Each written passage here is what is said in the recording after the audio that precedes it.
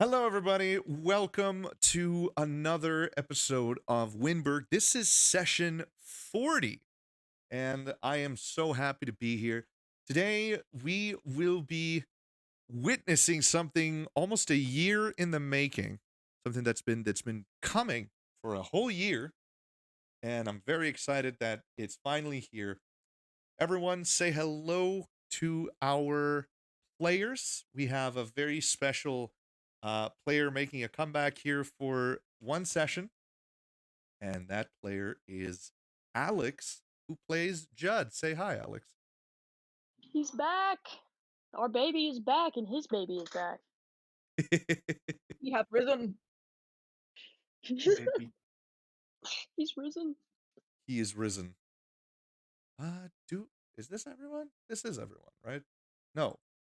Where's Gimnir? I'm in the front. They just left. Oh, here they are. Hello. Welcome. There we are. So, welcome back, everyone. This is, like I said before, session 40 of Wyndburgh. And I am so excited that you're all here. As a recap, last session we returned to Faerun from Eberron, and we made our way back to Wyndburgh, where everyone introduced both Dale and Rex to their little town. We settled into the big house, which has been renovated. It's been changed from how it used to look, and now it has enough space to house everyone. It even has a little greenhouse over here. How cute. And now that we are back, we have some business to attend. Today is the day that the party will head out to the Star Mounts and finish Ethilden's quest that she's been on since, I want to say, session 13, 14, maybe? Something like that. But it is finally time, and I'm so excited to be here. How's everyone feeling today?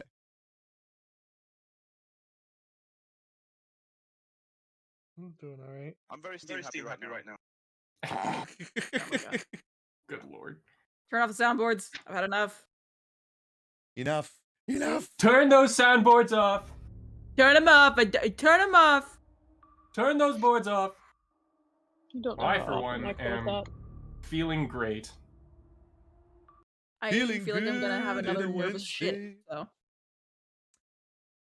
So, last time we left off, everyone turned in for the night, and as morning comes to Wyndburgh, I must ask, who is the last person to wake up?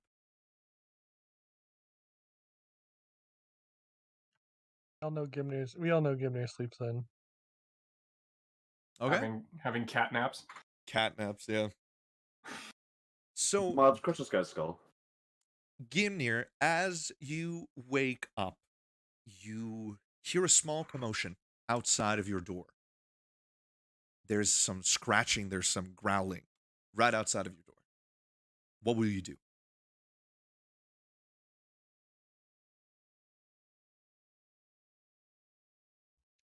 Well, gonna shoot up and find out what's scratching at the door.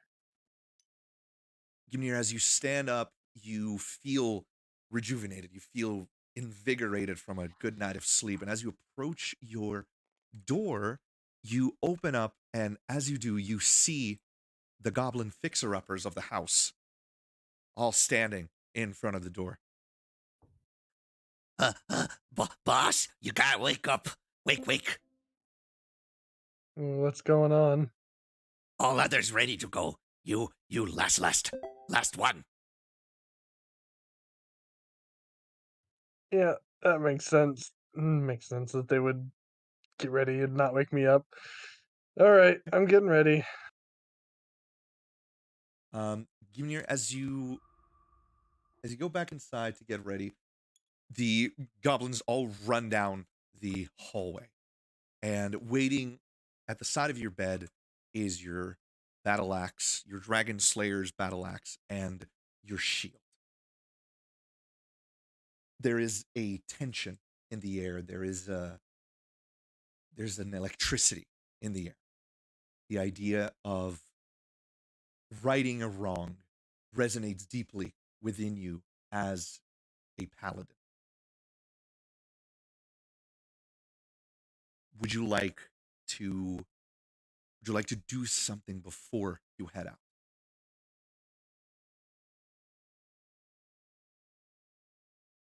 Gimni's going to just check over his things one more time, make sure he's got everything packed. He slips a little piece of his banner into his backpack. It's just a torn corner from whenever he used to serve, but it held importance to him. Okay, awesome. As you head out into the hallway, you see that the others are all in the living room, all waiting. I need a volunteer.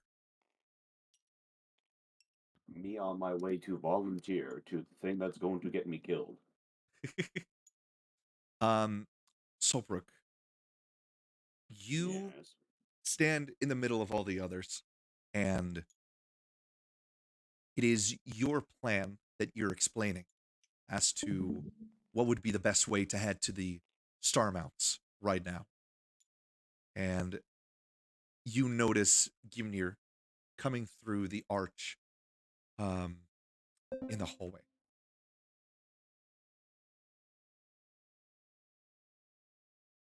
Sorry, Mr. Crispy was asking when the best time to enjoy a cookie was, and I couldn't understand what you were saying. What?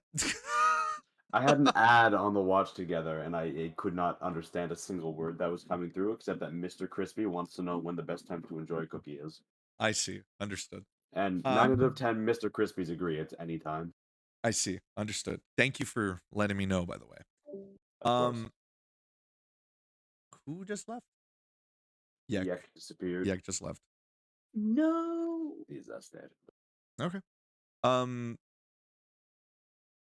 You stand in the middle of all of the others, Saltbrook, and you're in the middle of explaining your thoughts as to the best way to get to the star mounts right now would be. You see Gimnir coming through the arch in the hallway, and as he comes through, what do you say? I told you we should have bought the airship. We could have gotten there on our own time, and we wouldn't have to deal with Mochi. And hell knows whatever state he's in right now. As you say this, Kirith. Yeah, Oh, please go ahead, Gimnir. Go for it. yeah. I thought that adventuring was going to be a little bit more lucrative. We've certainly got some money, but I'd like to do more for the town, you know. We can do for more for the town when we have a strategic sense of what's going to happen. Tensions are rising.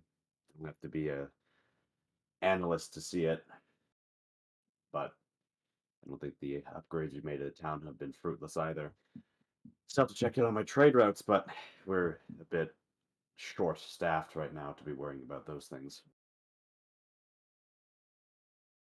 From behind you, Saltbrook, Kirith speaks. Tensions are indeed rising. If this war is going to break out or not is a matter of time, not a matter of if. At least the Faerun Deliverer says that. I can't say that I'm looking forward to a war, but if it is going to happen, if we prepare properly, it might not be that bad of a thing for Wyndburgh. Whether we decide to ally to one of the powers or stay independent, if we can provide something of value during, war, we should be okay. That depends on where war breaks out and between who. Federation, coalition, they're probably going to start throwing hands soon. Perhaps. I'm still unconvinced between the two of them. That vision I saw when we were first hearing about deployments, I, it shook me to a degree that I'm not certain about these things anymore.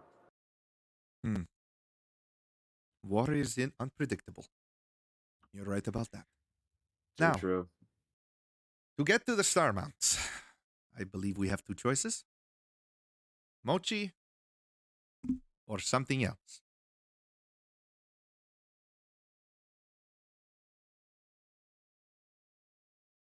As is typical, I would probably wager the airship is the quickest option if Mochi will have us.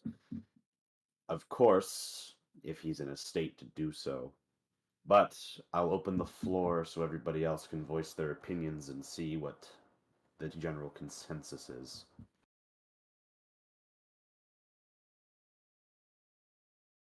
I'll take a step back from the table and kind of just palm my hand open to say, go ahead.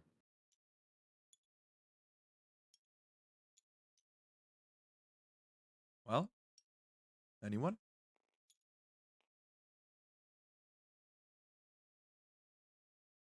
Well, I don't think many of us are going to want to wait to bring him back. I concur with that point.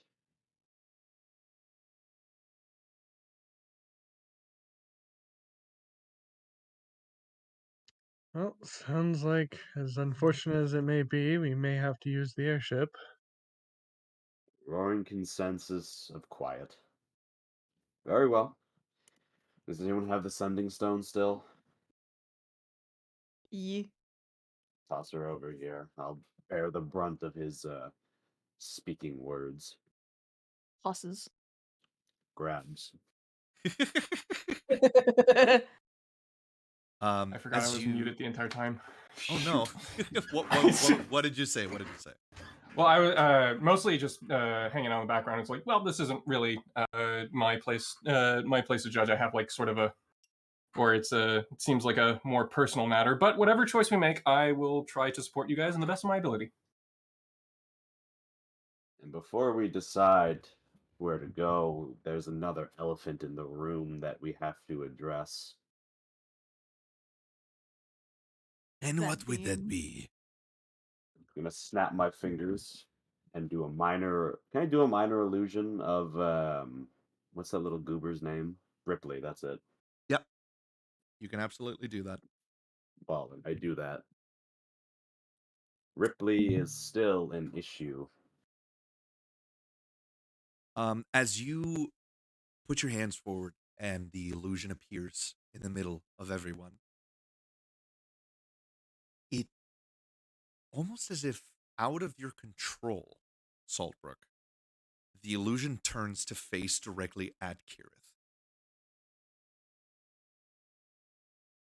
Okay, very funny, Saltbrook. I'd appreciate it if you didn't do that. I didn't. I'm gonna unminor illusion it because that's a little spooky. Well, if the trouble is Ripley, then perhaps I should stay behind. I don't think that's wise. I agree with Saltbrook. You're not staying here. If I he's coming will- after me, then why should I put all of you in danger? So you can be Besides- alone here, unprotected, with none of us here. If I And die, the I rest don't of Wyndburgh really. in danger. Kirith, I mean no disrespect, but you've seen what he can do now. One-on-one, none of us are going to be able to beat him. I know the mechanics of your situation provide you a depth of immunity to dying in this plane, but I don't think any of us would like to see you shackled to hell. All right, fine. From what Mochi spoke, as far as I understand, it'll take a long time for him to get here. He was banished about, what, maybe 5 days ago, something like that, 7. Mochi says he'll be away for a very long time. And that is if he walks. If he finds a vehicle, To cross Faerun and to get back here, then we'll be in trouble. But at least for now, I think we'll be okay. Even if he managed to hop on top of a drake, we'd still have the day. We'd have the week even. He shouldn't be a problem today. True enough. We'll have to find a permanent solution soon enough, and I've already ruled out that killing Kirith is the solution. Yeah, and I appreciate that. She gives you a very sarcastic look on her face. I do as well. Mm. I just kind of like put my hands up as like, okay then. Just Very never well. gonna get this TLDR, am I? We can explain on the way there. For now, I guess I should ring Mochi. Ring, ring, ring, ring. As you hold on to the sending stone, it begins to vibrate and it glows faintly. The vibration stops and the light becomes more stable as you hear from the other side. I'll take, I'll also take two pepperoni and Sigmar. What do you want? Yeah, okay, two pepperoni, left beef only. Mochi, this isn't Wyndburgh Pizza Company. Wyndburgh has a pizza company. Never... That was actually.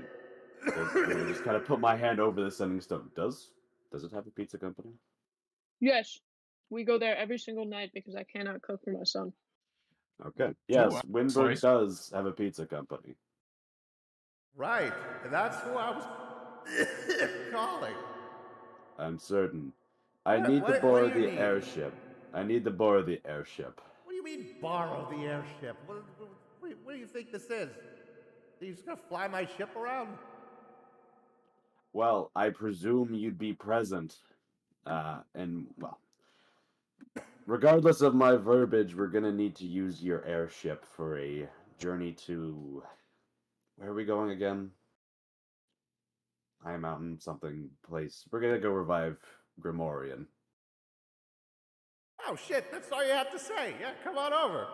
I want to see the boy back in. Understood. We'll be there in the hour then. Have it ready. It's already ready. It's always ready. It's a magical flying ship. Glad to hear it. Beep. I'm gonna toss it back to... God damn it, how do I keep blanking on your name? Judd turns We've to known Exon. each other for how long now? You haven't known me for that long. It's only been Apparently not 40 very long. sessions. Ithilden, point, that's it. 3 for I me. elect that it's a running joke that you keep fucking up my name. It's out of spite, trust me. Ikrilden. Irritating. You're going to get grilled. I'm one in a trillion. No. I am one in Ikrilden. Hmm. All right. then. Are there any last things you would like to do here in Wyndburgh Yes. before we set out? I need to see how my trade routes are doing. Okay. Yep. Anyone else? Oh, go ahead. I'll be the last one. No, by all means, you first. Anime profile pictures first. Of course, yes, right. Disasters. So I was wondering, did I already do the order that we talked about in DMs already? So I just have to wait a week? Yes. Okay, good.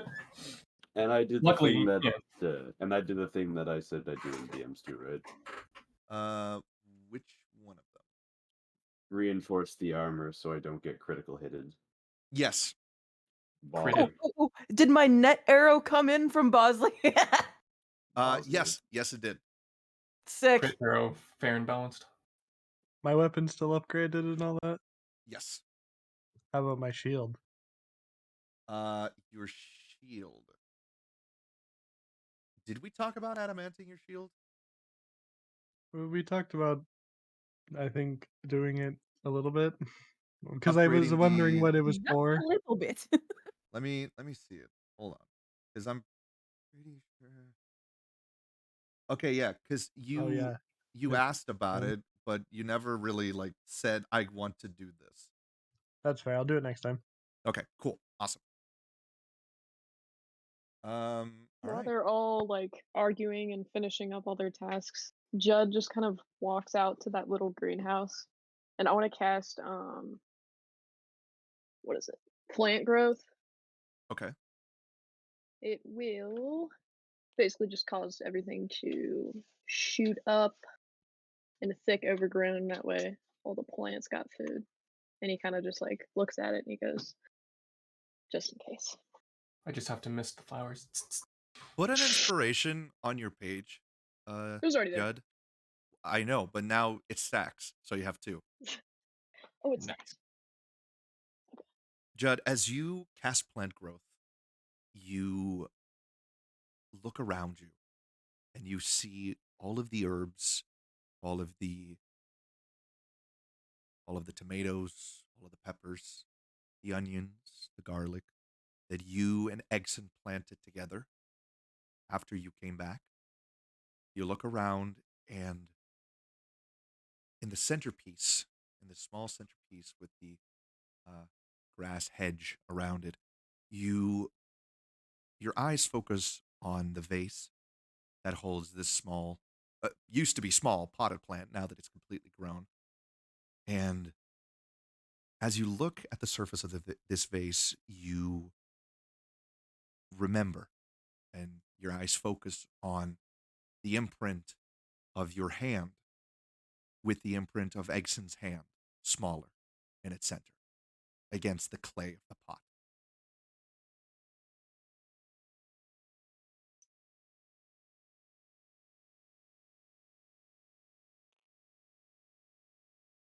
Everyone ready?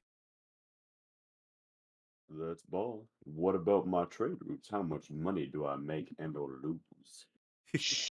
All right. Are you playing economics? No, This my weekend? voice, I'm horrifically sick and my voice becomes deeper when I'm sick.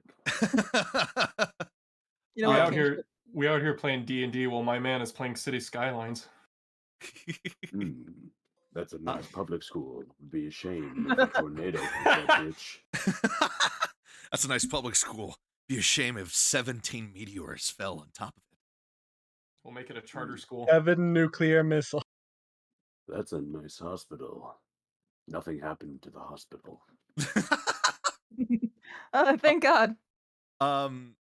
Before you all head to the airship, you stop by the town hall, and Sulprik, you speak to Unwin Teal, the mayor, and he hands you a package with a pretty heavy package. $5. And as you look inside, you see a total of 4,520 gold coins. 4,500 and how much? 4,520. Baller. Here comes the money. Here comes the money. These are your made my investments. These are your earnings for your trade route. Did anyone else have trade routes? Nope, it's just me. Nope. Okay. Not Zara's the me, only but one there- that invested. Yeah. And I'm getting paid back someday. One more thing before we leave.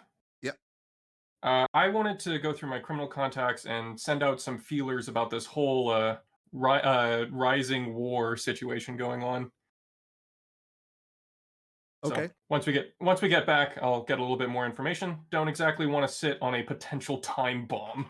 Is there You're a already specific on the time bomb.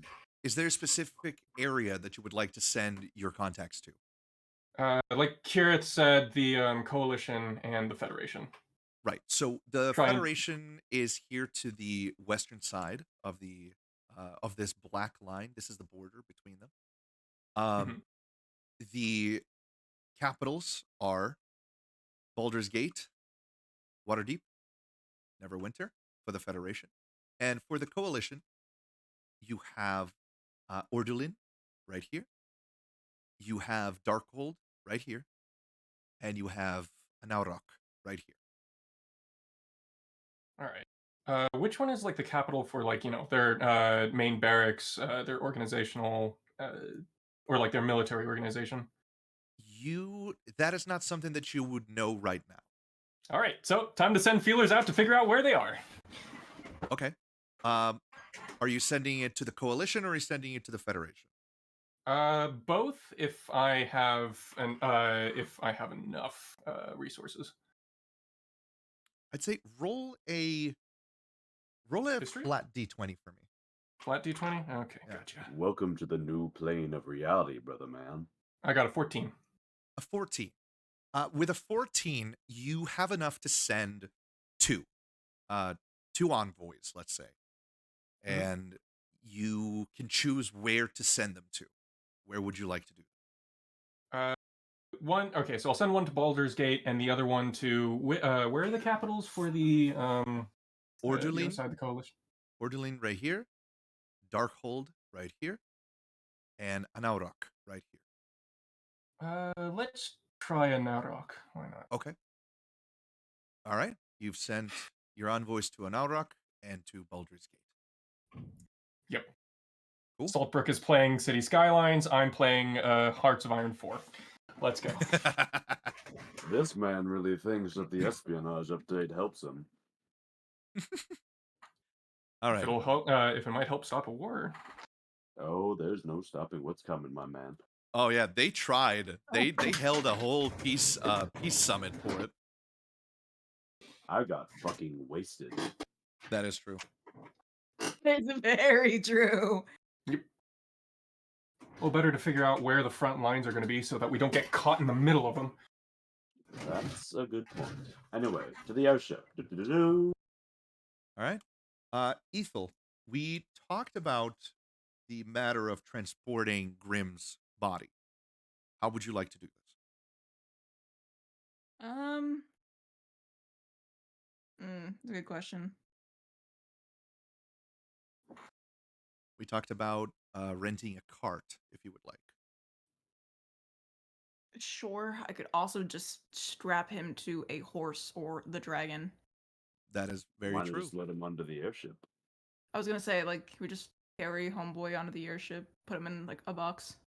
I think we need to get him to the airship, right? Yep. Yep. Yeah. And after the airship, you're still going to have to transport him. Can we So get, what, like, are we just carrying him like pallbearers? Put him in the bag of holding. Put him That's into the bag. I mean, That's you could. not advised. I I mean, advise he's- us. I'll tell you what, he's I'll dead, tell you what. He's so- dead. He's dead. There's no, he can't Actually- suffocate in there. He Oh, yeah, could no, that's never right. suffocate. He's a warforged. He doesn't breathe. Right. I'll tell you Yeah, what. yeah, sure. Into I'll the fucking- bag of holding. Go for it. Wait, Ethel. hold on. That's my bag of holding. I get to make the final decision, and maybe I'm planning on using it for something. No, maybe no dead eventually. bodies in the bag of holding, please, Alright, God. fine. Then you can carry the body.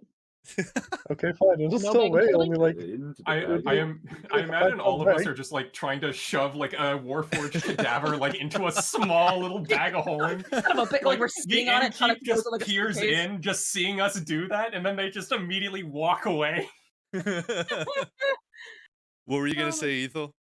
Oh God, well, this is all so fucking funny, but I was gonna say just like do like the incredibly normal thing that like a human or an elf would do, and like, you know, you can like build like a really simple kind of like drag behind sled for like horses and carriages and stuff like that, just with a couple of like log branches, and it's kind of like a Uh-huh. stretcher. Do that, and we can take him out to the ship via that. Make Rex and Gimnir carry it. If not, just strap it to fucking Valka or something. Or Thalion, I don't care. So you think dragging his body on the ground is less demeaning than putting him in the bag of holding? I'm not putting him in the bag of holding. Why wouldn't you put him in the bag of holding? It's really First dumb. thing- I'm not gonna lie to you guys. Why He's don't not you gonna want be him to hurt go in the because there's bag of nothing holding? to hurt. Second, it's not like he needs to breathe. And I literally don't three, care what people want. now this guy's Why? like a purse. Just What? answer No. me this. Why Storage space. not? Why not? Just put him in the Why bag. not? Just put him in the Put him bag. bag. Okay, Put if we're putting him in the No bag, more I may arguing. use it for Alright, plot yeah, let's do reasons. it. In the bag he goes. It's so fucking demeaning. I hate all of you. And What's dragging fucking him right? It's bad around, dragging his shoving him into a box. He's dead. If we Who put gives him a in the bag, goddamn? It's at better least than like nobody folding has to his see parts. body. Yeah, it's like better than like folding his parts and wearing him like a backpack, like C-3PO and Dude, I imagine Uh, Eggson is literally standing in the corner just staring at everybody like, what the fuck? Yeah, when we revive him, it's just like, yeah, no, we had to drag you through a bag of holding, and he's just gonna be looking like he's like, you what? Exit is absolutely going to tell him as soon as he's back. They Hold the wanted to bag. drag you. They wanted to drag you on a sled, and the others wanted to put you in a bag. It seemed practical at the Ooh, time. it's a good thing I wasn't conscious during that. Don't look or at else me that'd like be that, completely Dad. demeaning. You know you wanted to. You All gotta right. teach a kid not to be a snitch. So, Hey, what do you carry him onto the fucking ship? Yes. Enough goobery. Onto the ship with us. all right. You all make your way through the town, and as you reach the outskirts of the north gate going towards Mochi's airship, Ethel, Garrett Brand, the goblin priestess, stops you. And she looks at Grimorian's body. And then she looks back up at you. And she gives you a very soft smile. And she reaches her hand out, offering to hold your hand in hers. I let her do so. She softly grabs a hold of your hand. And you can tell that her hands are trembling. She's an old woman after all. And she speaks to you. May Sylvanus illuminate your path. Oh, I give her a big smile and say thank you. And as she lets go of your hands and she goes over to Grim's body, and she's already very short, so it's really easy for her to do this. She just bends over and gives him a soft kiss on his forehead. Aww.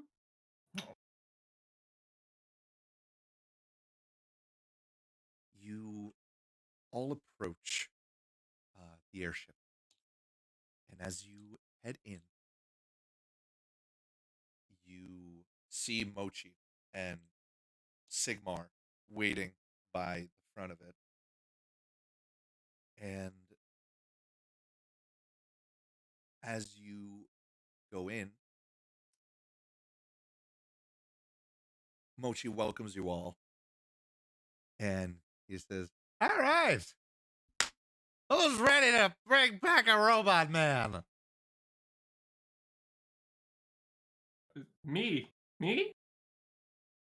That's the Judd spirit. just whispers, He points like, at you.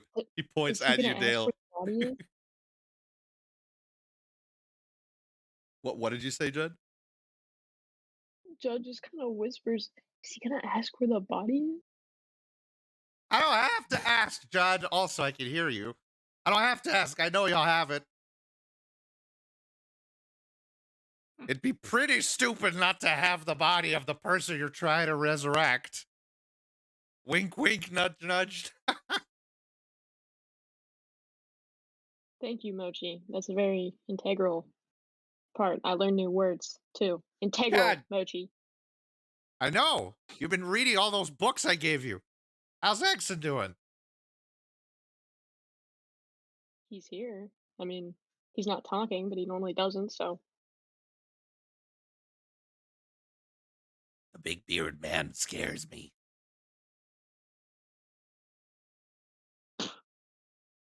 He ain't got nothing to say about that. He just laughed. All right. As you pile into the ship, you see Sigmar actually step out of the ship. And as he looks back at all of you, he says, good fortune, my friends, and good luck. Thank you. Dale, as you step onto the airship, you didn't have a lot of time to wander around it the last time when you were coming from Flint Rock over to Wyndburgh. As you walk around the deck of this ship, you start noticing some very interesting things about it. This is a This is a frigate-sized airship. It is pretty rough around the edges. This is a very old airship. And as you look up, you see Mochi at the helm, getting ready to take to the sky. And one of the things you notice is that in several locations on the wood of this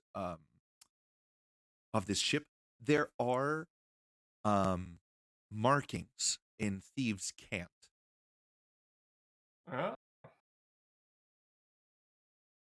Luckily, I can read those. Yes. And as you begin reading, you can tell that this ship has been stolen several times. Several times. I'm talking. Oh, so yeah, it's kind of like graffiti where they, it's like tagging almost. Yes, absolutely. Of all of the different writings, you notice two very, very interesting sentences written. Mm-hmm. On the mast, you see in Thieves' Cant written, Suleiman and York were here. Oh. Okay. I'm going to keep that to myself for now, but I'll make a mental note of that. Okay. Question. How much does my character know about Mochi, the person? You have heard tales of Mochi himself. Mochi is part of a group known as the Outlaws of Physics, an order, a very exclusive, secretive order of supreme spellcasters.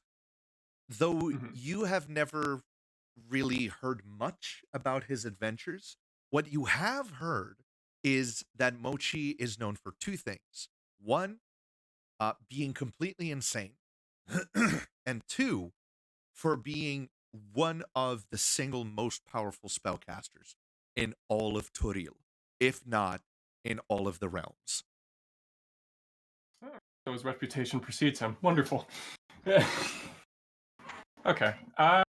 So I'll just try to be as inconspicuous as I possibly can be, because I'm pretty sure he doesn't know about me yet. Okay. So I'll just look around, do some things, and to pass the time, just fiddle with the loot. All right. So, as Mochi looks around at all of you and speaks. So, kids, are we ready for an adventure?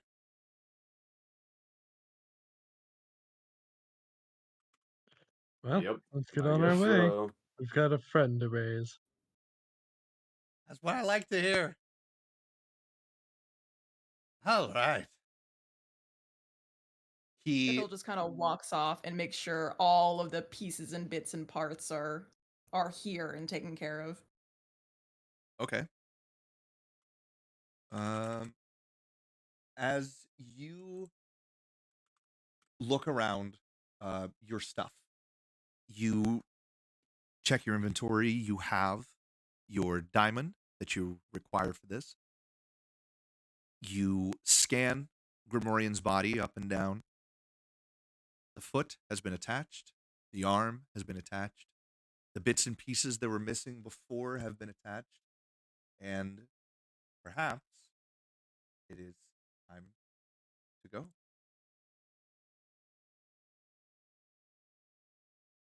Are you ready? Yep. Let's go. All right. With a flick of his wrist, Mochi throws wind into the sails of the airship, and you are all propelled upwards.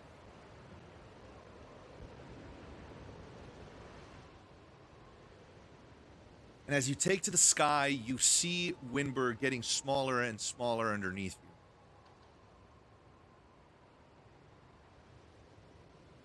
Dale, I believe this is your first time. No, actually, it's not. But you haven't done this a lot of times. Oh god, am I gonna get airsick? Flying. Give me a con check. Oh boy, it's a -1. Here we go. Big bro disaster. Oh, I got I got a nat 20, so 19. So 19? Yeah, he's doing Yeah. fine. Well, I mean, it's 20 minus 1, so yeah, 19. Okay. It's still a nat 20. Okay. Fair enough. As the ship moves upwards, you feel the pressure on your knees as you begin to ascend.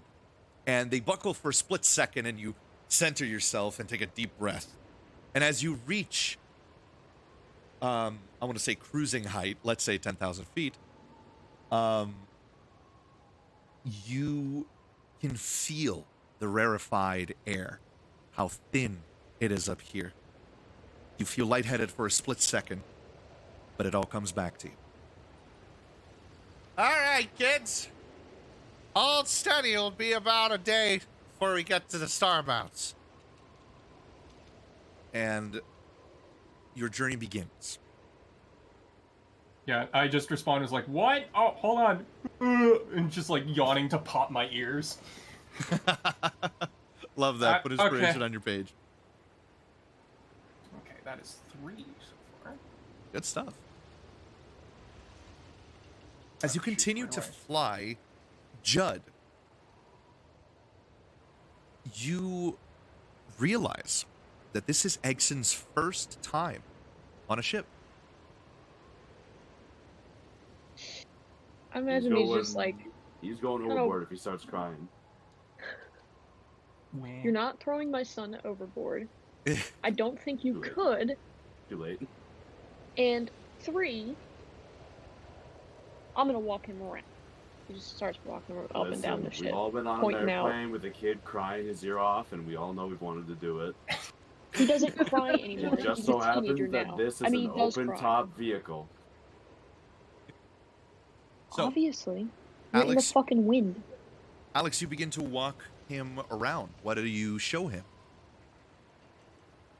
Just the shit that's normally on an airship. Like, I mean, he's showing him the stupidest of things. He's showing him the life rafts. He's making sure he knows where the fucking life rafts are, if there even are on. And if they're not, he's gonna comment about why there's not life rafts. Yeah, there is a life raft right next to you, Judd. What do you say? Wonderful.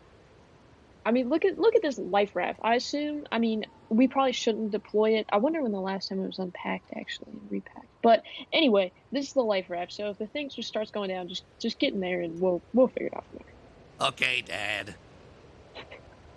He just like shows him like random ropes on the ground. This is attached to actually I don't know what this is attached to, but it does something. You can ask Mochi about it. As you say this, Judd, Exon walks next to you and then looks at the rope and grabs it with his tiny hands and begins pulling on it. And you can see that his eyes are focused. He follows the length of the rope up towards one of the sails, and then he looks back, and he looks back at it again, and then he looks at you and says, "This one's attached to that one. It makes that thing go." And he points to a pulley. Well, you're a smarter man than me, Egson. I'll tell you that, because I didn't care to look. And that's the good thing about you. You do care to look.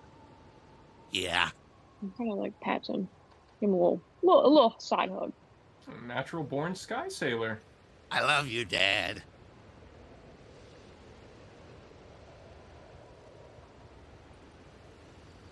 He certainly could be a sky sailor.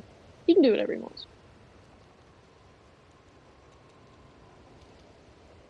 Ethel, standing at the front of the ship, Valiant asleep,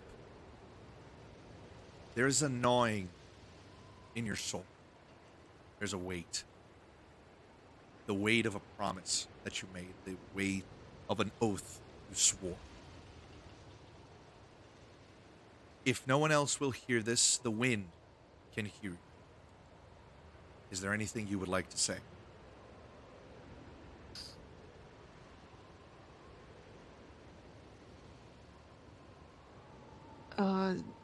Not exactly, other than an old small prayer to Sylvanas.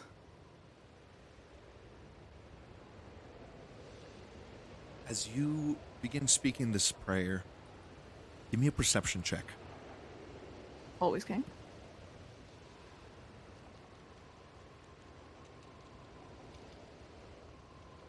24. Hey.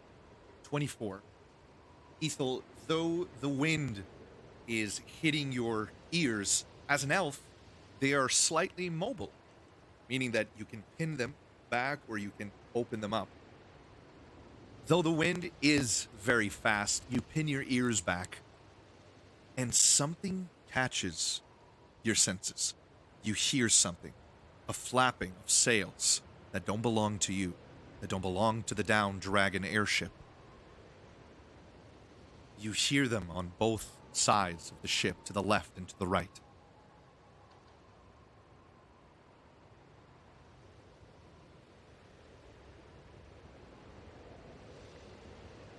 Hello? What will you do? Okay, I thought like everything cut off because like everything went completely dead silent and stopped moving. And I was like, oh god. Oh, okay. Did you hear what I said? I did up. It's like, did you say anything else other than like I heard the flapping of sails?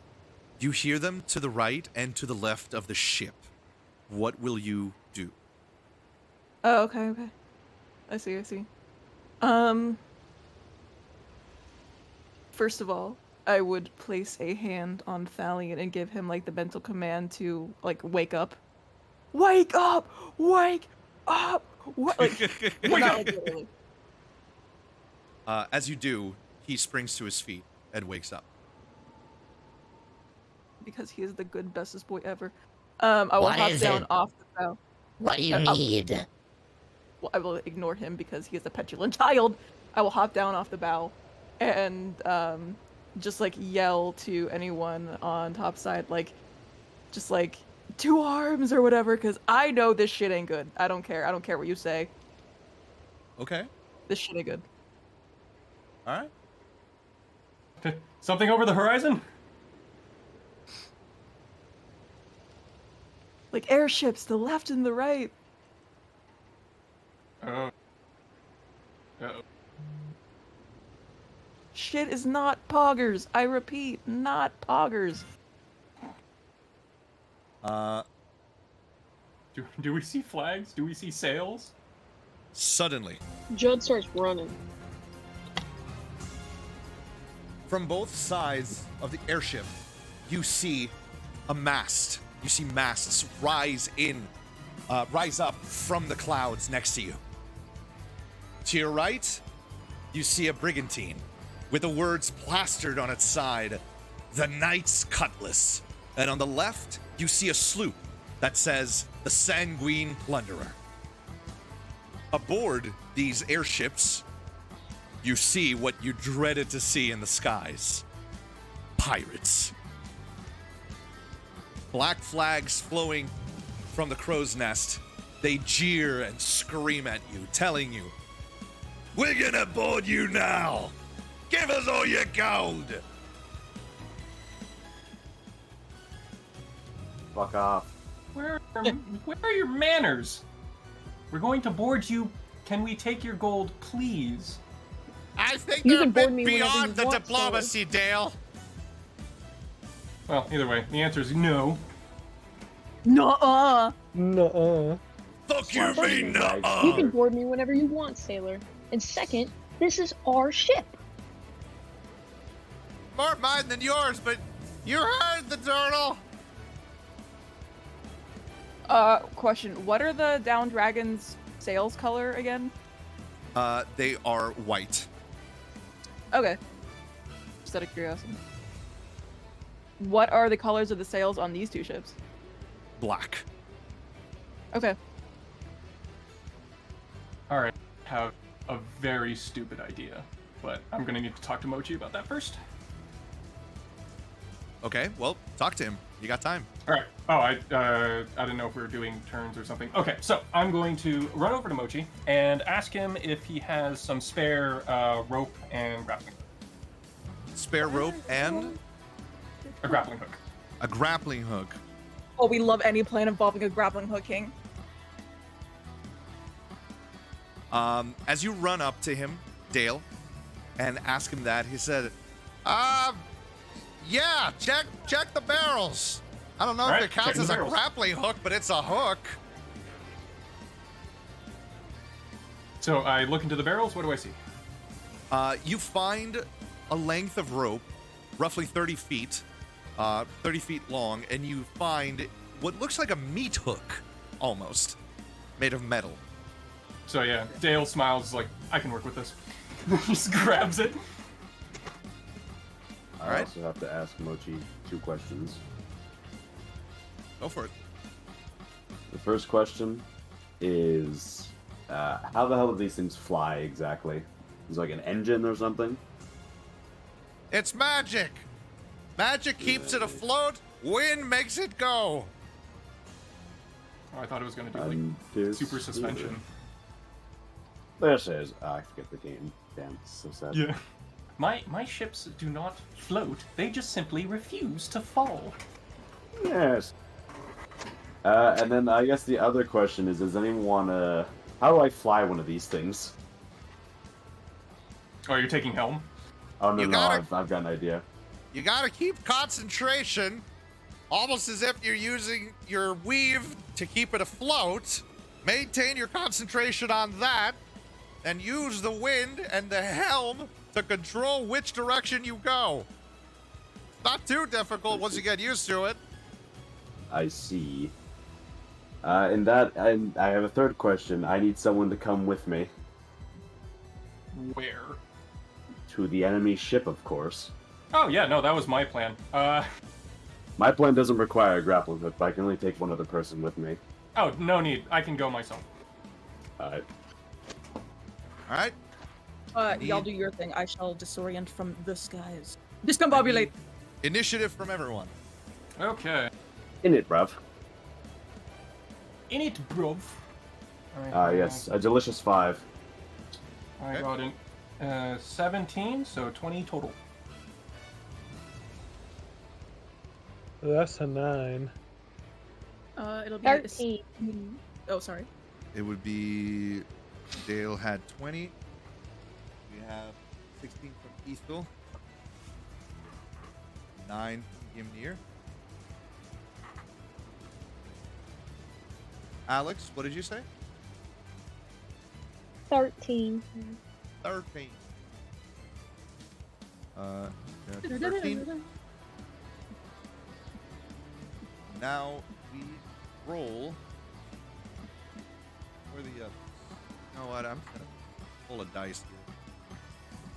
Faster. Okay. Bye-bye. Swear to God. This map is Yeah. stupid sometimes. Okay. We'll go for Kirith. That's a 16.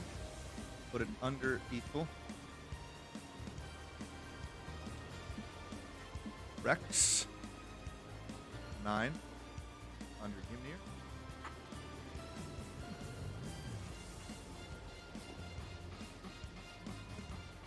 We have an 18 for Eric.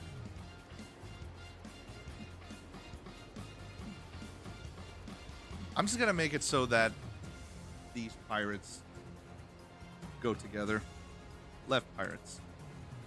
Left And- pirates, right pirates. Left pirates, right pirates. 15 Left shark, right shark. Left appendix. right pirates. 15. All right. We begin. Dale. Okay, so I'm just going. I'm going to point to the frigate. It's like keep all the or focus most of your guns on that. I'm gonna go after the sloop. Okay, so you pointed to the right guys. You're gonna focus on the left. Mm-hmm. I And also I am moved. immediately going to run straight to the bow and jump off. Bye-bye. All I right. fucking love a fellow leaper from ships. So I can use a body augment, and I create a membrane between my arms and legs that essentially act like a glide suit. That is so Uh, fucking cool. Even though even though it says it gives me a glide speed of 20, can I, since I'm going like off the bow, can I use the wind to like sort of guide myself to get me like a better angle?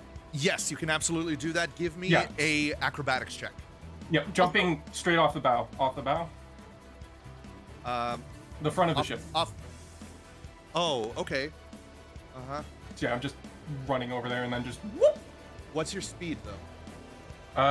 So my speed is 20, but I'm going to also be jumping. Your speed is 30. Yes. Or speed. So my glide speed is 20. Right. But I have 30 movement. You wouldn't be able to get to the bow to jump Okay, off. so Too far all right, away. no, so I'll do it the closest I can be. So here? Yeah, okay. Then just so I'll essentially do like a curve motion where I'll be using like most of the upwind to give me like as much lift as possible, so I can just like curve around. Yeah. All right. Give me the acrobatics check. All right, acrobatics. So it didn't come through because I think it peaked, but I just wanted to let you know, Yak, that Rod went, "That's so fucking cool." I paid for the changeling. I'm going to use all of the changeling. Absolutely. So I got a 14 plus 12, so that is 26. Yep. My math is correct. You all And- watch as Dale just runs over to the side of the ship, and as he is about to jump, his arms splay to the side, and this membrane is created between his arms and his torso. And as he Sick. jumps off, you see him just sink below the ship, and suddenly he's just upwards as this upwind just hits him. And Dale, you manage to land on the other ship. Oh no, I want to land on the ship. Oh, I want to still be in midair. okay. And I will, since I've used my action and move, I shall wait until my next turn. Okay. Shit. Good luck trying to hit a flying squirrel, bitch. Toby Kadashi looking ass. I mean, yeah, no, I have like a membrane thing, so I literally look like a flying, I look like a flying squirrel. I fucking Okay. love everything about Also, this. I require a single volunteer to come with me in the plan. Bet. Whoever it may be is up to thou, but Bet. be volunteer. No, thank Alright. you. Bet. Alright, get over here then, Gimnir. Left pirates will go. They will open fire against the downed dragon airship using their cannon. That will be... Yep. And the AC of the downed dragon is 16. That will be... 6. They miss. So, Dale, as you're essentially hovering midair, gliding, Yeah, you hear this massive explosion, and this cannonball just flies. It's flying directly towards you, but you just move slightly and it flies underneath you, and Gimnir, it passes over your head and flies into the distance. Do they have like disadvantage against me, considering the fact that I'm flying really quickly?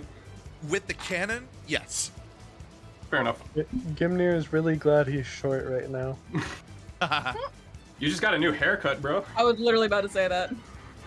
And they will take a shot against you, Dale, with Eric's crossbow.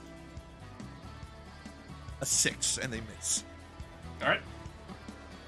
Next up, we got Ethel. Hold on, sorry. Okay. I like to do things with my hands while I'm sitting here, so I'm making a cup full of chainmail to work on later. Anyway. Nail cut. Yes, the nail cup. First and foremost, my attention kind of immediately goes into panic because it's so map-wise, where are we over at the moment?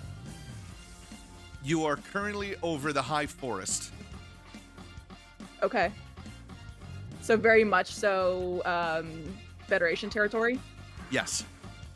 Okay. I kind of like just instinctively kind of grab Thalion and just like his big old squishy head and just say like keep down. It's like, oh god, I don't want people to see him. Okay, Okay. wait, idea though. Okay. I pet him lovingly and I say, trust me. Okay, silly idea, but I'm gonna do it. I'm gonna run and grab Grimm's red cloak Okay. off of him and throw that over my shoulders, a la Federation colors. That is so smart. Go for it. And kind of twist the fabric of my other cloak up and over my face a bit as like both a windscreen and, you know, keeping it over my face. Okay. I mount Thalion and tell him, keep your keep your frills in and your front feet tucked, and we take a dive off the front of the ship. Okay.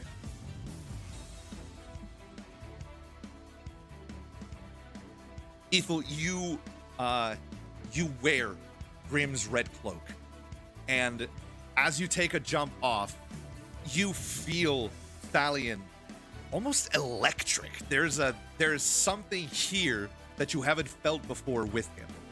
It might be something to do with the altitude that you're in. And as you jump off, here you are. What will you do? We're gonna circle back towards the brigade. Dale went towards the sloop, correct? Yes. Okay, so we will bank towards the right pirates. Understood? Here we go. So here, I'm gonna have to change the units. There we go. Give me flight speed on Thalion again. Yeah. Well, so large is 120 feet, but we were decreasing that. Yes, it'll be 100. It'll be 100? Okay. Yeah. So you do have enough speed to get to it. Okay. We'll start with just a very tight flyby and a menacing roar. Okay, yeah, go for it. What do you want me to roll in terms of? What is the DC for that? It's a great question. I It's a cannot. wisdom saving throw, correct? Yeah. I'm sorry. I'm trying. DC 19. DC 19. Gotcha.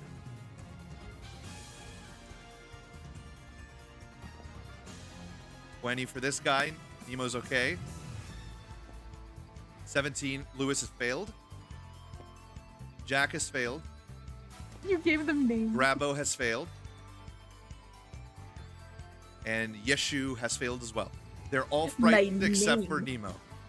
My name is Lewis, the fucking Target jack-o'-lantern from this year. There we go. So, all of these are frightened except for him. Gotcha. All right, that's your action. What else will you do?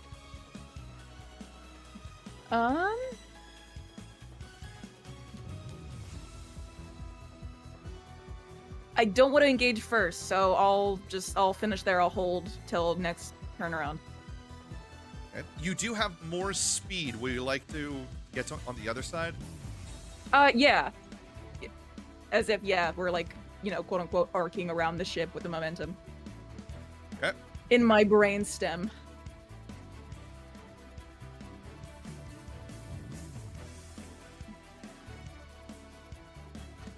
It begins to rain.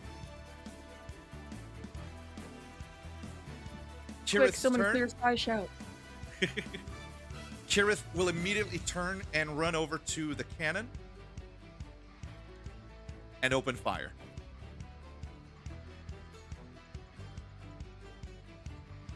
AC 14. I'm gonna make this a little bigger. It's hard to see. 5. Sea of Thieves moment. Yep. And she misses. Also a Sea of Thieves moment. Yes.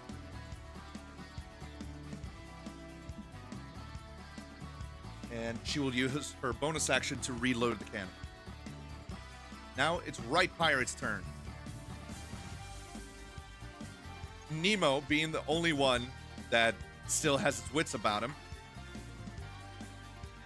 will move to the cannon and open fire on you, Ethel, with the cannon. With disadvantage, since you're flying. Well, it should be a nat 20 and then a 4. 4 plus 6. That's 10, and it's a miss. I called a 4. I'm Yes, just you saying, I called a 4. We're balling. Ethel, you just watched as this cannonball flies underneath Thalion, and he looks down, and then back at the ship. Be real bad if one of those hit us. That's why they're not going to. Yeshu, since he is frightened, he cannot approach you. But what he will do is he's going to move the brigantine closer to the ship.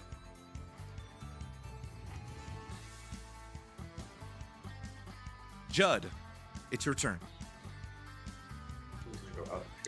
How far am I from? Can I run Eggson inside of the airship? Yes, you can. Okay, so I'm gonna charade him downstairs and just tell him to go somewhere and hide. And I'll come get him in a minute. But then I wanna take my big Glock, and by Glock I mean the Comet Ballista. Are they more than 80 feet away? They are 64 feet away. Perfect. I would like to fire with my Comet Ballista. Here's the thing, Judd. Oh god. Over the past few days, you just couldn't find the Comet Ballista. And Dale, I lost my Glock. As you're flying, you look back to see Judd searching for something. And that's when it hits you. The artifact that you have, Dale, that appeared one day to you, used to belong to Judd. He took my Glock? Shit, man, my Glock. I didn't take it. I borrowed it Right, without it's permission. fine. It's fine. I just want to go over to one of the cannons. I'll use one of the cannons. He can have it. You missed my joke. Oh man. Oh no! Tell me your joke. I want to hear it, please. We can no, stop it's this like- entire battle right now. I didn't take it. I didn't take it. I borrowed it without permission. That's fine. You can have it now. You stole it. Finders keepers. Yes. It's the rules in this family. All right. Is it? Roll a d20. Yep. D20 plus 6. Plus 6. Okay. Who's it gonna? Oh no! I nat 20'd. Oh! My There's a first lot of roll. nat 20s going on around here. Keep your Okay. hands off my son. I need you to do. Oh man. That's going to be 80 damage plus. I need you to roll 8d10. 8 of them? Yeah. Oh Lord of mercy. Oh, that's the wrong dice. Give me 1 second. If we get a good broadside on him, something tells me this is going to end up like Pirates of the Caribbean. Pirates of the Caribbean 3. Yeah. All right. Where they all did, It is where it's just 40 like damage. barraged and everything is just getting destroyed. Sorry, go ahead. 40. 40. That will be 120. Mm-hmm. Okay.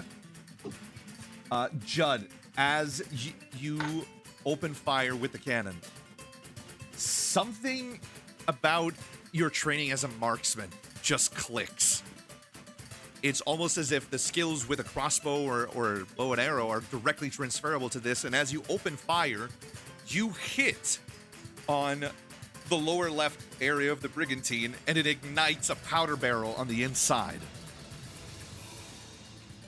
You deal 120 points of damage to them. Woo! And the Shot. ship to the right is immediately on fire. I need you to roll a flat d20 for me. You better start bailing. 8. Hailing what, air? Yes. Bailing air. So breathing heavier. It's getting hard to breathe out You here. see them with buckets running into the hole and then coming back out with nothing in them, but still Yeah. Now that's upturning comedy, them. I gotta say. No, it's smoke. They're like grabbing the smoke in the bucket and then throwing it out. It's adding extra weight. It's just like Sea of Thieves, where they keep running outside to get the water and just fucking throw it. And then we snipe them.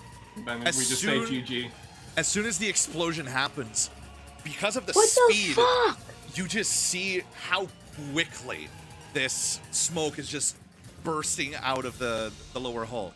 One of the pirates, Grabo, turns around and walks into the lower levels. Call of the Void? Commit suicide? I'm he- so sorry. Lefty just pissed on the floor right in front of me. Oh no. Oh my god! He I was kind of confused as Gunner to left what the you were house and reacting just to, pissed but on the that floor. makes so much sense. That's why I yelled, "What the fuck?" So, Grabo runs over to the lower decks. So he's technically not here.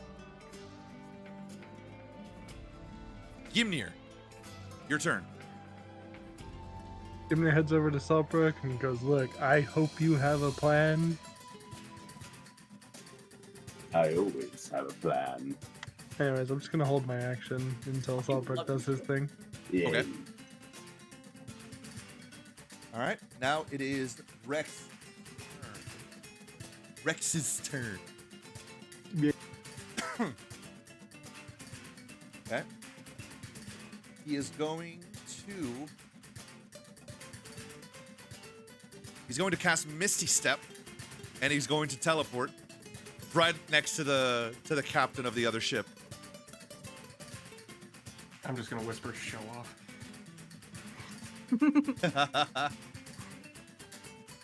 And with the Tyrant's Fang, he's going to attack and miss. That's right.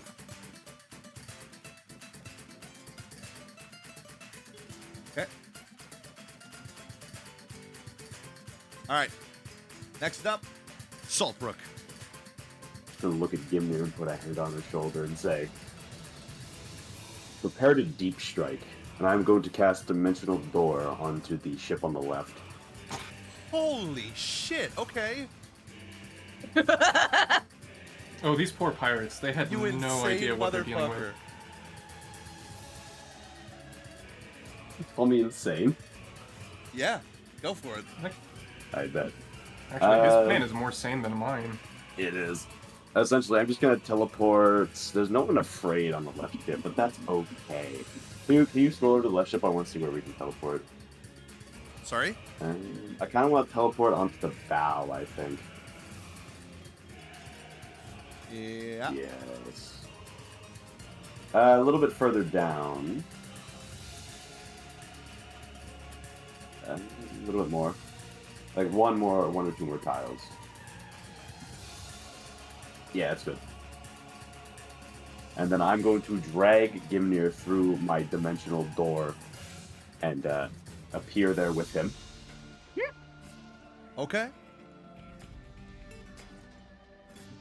I assume it sounds like the Ender Portal sound effect when you go through. It's a fucking... You throw a fucking Ender Pearl. Whoop. Yeah, during your action, you just build it really quickly like your Minecraft speedrunning. Oh, I love this part. Mochi is wondering why there's a giant hole in his ship filled with an indestructible object. Stop blowing interdimensional holes in my ship! Nuh-uh. No! Fuck you, me. Nuh-uh. Mate, what do you mean? Nuh-uh. What the fuck do you mean? Nuh-uh. Anyway, since that's my action, I will use my bonus action to whip out the blicky and shoot somebody. All right, go for it. Just the nearest person to me with the silly little crossbow. I think we really dropped the Uno reverse card on these pirates. I mean, I rolled a 23. All right. Roll a hit. I rolled a 23 to hit. 23. Unnatural 20. Unnatural, yes. All right. And I will do Roll for four damage. whole damage with the gun. Hey, damage is damage. That's Damage. a little damage. He's got a bullet in him. He's like, ow, that fucking hurt. Ouchie, That's ow. mild to moderate damage. Dale, Let's go 1 to 10. your turn. My turn. Oh wait, Okay. I'm taking my action now. Oh yeah, you Action. held your Yeah, action. action. Do it. Yep.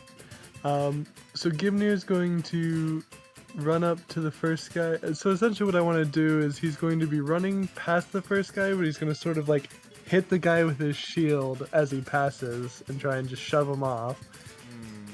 But I That want to would- keep him going. Okay.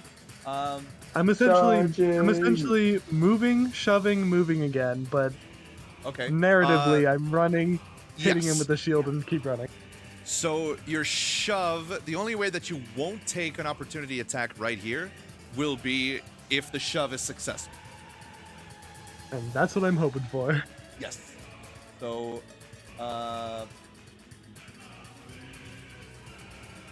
okay. Make an athletics check for me.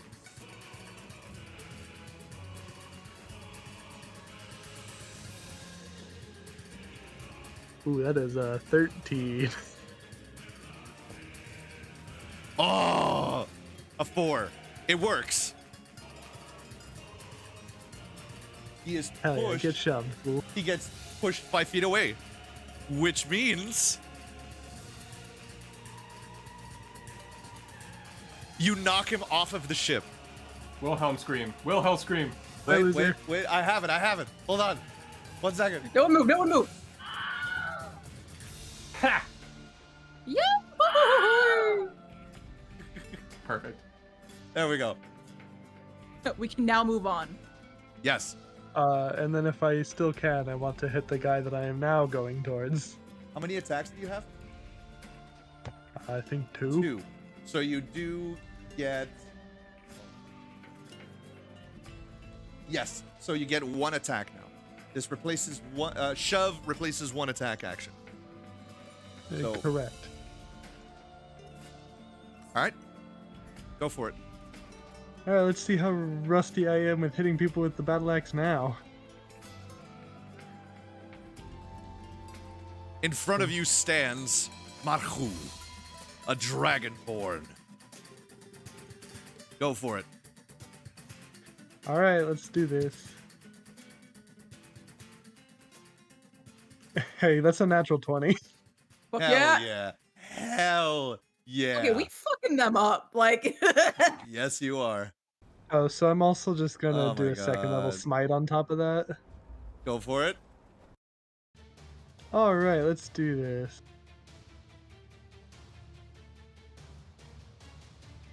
So I got... Well, it rolled as a crit, but hold on, 2d6, it's 12 plus 5, 17 plus... Oh God, I'm just gonna use the first 2 numbers that I rolled. So that's 3 plus 5, 8 plus 18, 23 damage Okay. on the crit, and then the smite.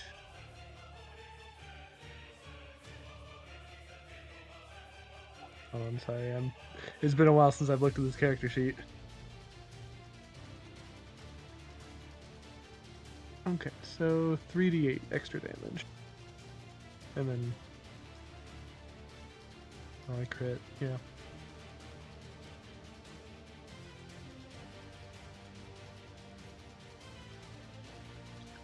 Okay, so that's an extra 17 plus... Do I still get the double damage from the... Not Divine on the Smite crit. Not on the crit. Okay.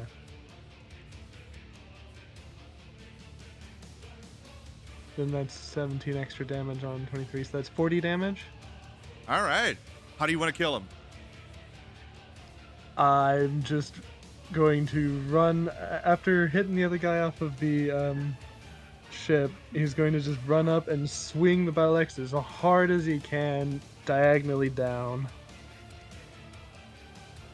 As the And battle he's axe just makes going- contact with this guy's armor, you just feel it slice through him like butter. And as a dragonborn, he looks up at the sky, his eyes wide, and a small puff of acid smoke comes out of his mouth, and it dissipates quickly as he slumps down to the ground dead.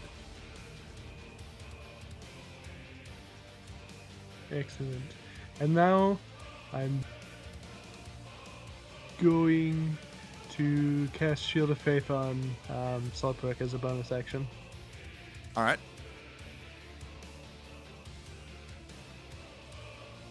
Cool. So I believe it is Dale's turn. Okay, so I have the Pirates of the Caribbean theme just running through my head this entire time while I'm Good. thinking of this plan. So, essentially, I have the rope like sort of wrapped around my hand for like extra like stability when I'm gripping it. And I am going during like my curve as I'm like gliding around, immediately going or the best way to go is I'm curving to the ship and also putting my flaps to the side so that I get more altitude. Yep. So I can you don't worry, I'm gonna be moving really quickly, so just so I essentially like break from my gliding and use that to whip the hook and rope on the mast. Okay. So do I need to roll for that? Yes, I'm gonna ask for. I'm gonna ask Either for athletics. Acrobatics. Athletics. Hold on, let's see here. Okay. All right, so that is 16 plus 2, so 18. Okay. On an 18, you manage to get it wrapped around the mast. Yep. So You pull just gonna. yourself- No, You're I'm not gonna pull myself. No. I'm essentially using it to just swing around the ship. Okay. Yeah, I can see that. So like, yeah, I'm I not thought you gonna were go going on this. somewhere else. 'Cause I was like, oh, I had No, the same the other idea. way. The other way around. No, you're going somewhere Counterclockwise, else. Counterclockwise. Just yeah. So doing that, I'm going to be like getting ready to take out my. Wait, was that my action? Yeah, I'd say that's an action. Okay, so on my next turn, I'll be getting ready to. You know use what? My... No, I'm gonna give this to you. That's movement, right? I'm Okay, gonna is that take movement? I'm gonna take a bonus action away from you, but you can still do an action. Fair. Okay, so while I'm just swinging around, I'm just gonna take the Comet Ballista, and I'm going to use its hailing comets. Okay. And I shit. will do 120 feet range in the back. The aft of the ship, if you will. So you're using hailing comets. So you're on the back. Oh yeah, no, it's a 20-foot radius 20-foot on the back of the radius. ship. Yep. They need to make a DC dexterity saving throw. Rex is gonna have to do that too. Yep. Or wait, let's see. Are there people in the middle that I can? I mean, you could concentrate it like this, I'd say. Mm-hmm. That's as many as you can get. All right. DC 13. To be fair, I was not expecting Rex to go on the ship, so. Well. Oh well. DC 13. Dexterity. Actually, Let's see for Rex. Rod, What's up? can I use one of my helps as a free action to help him avoid and get like advantage on the dexterity? From save? this distance, I'm. You could tell him to duck. Yeah. All right. Duck Sure. works. All right, I'll give him him advantage on that. Yeah. So let's see advantage on that. For Rex. DC 16, you said? 13. 13. He managed to I think they avoid. take half damage, I believe. Okay. And Yep, then half as much damage. the other two. I'll just roll the 16 8d6 right now. and critical fail on this guy. Okay, well, they'll just take the full damage. Yeah. So full damage for Rathu, and then half damage for Morgan and Rex. Okay. So 6, 7, 8, 9,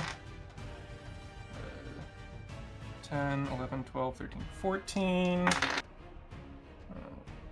16, 17, 18, 19, 20, 21, 22, 23, and then the last two, 24, 25, 26, 27, 28, 29. Okay. Rolling quickly. Should've. Yeah, 86 cold damage. All right, so the ones that fail take all of that. The ones that succeed take half.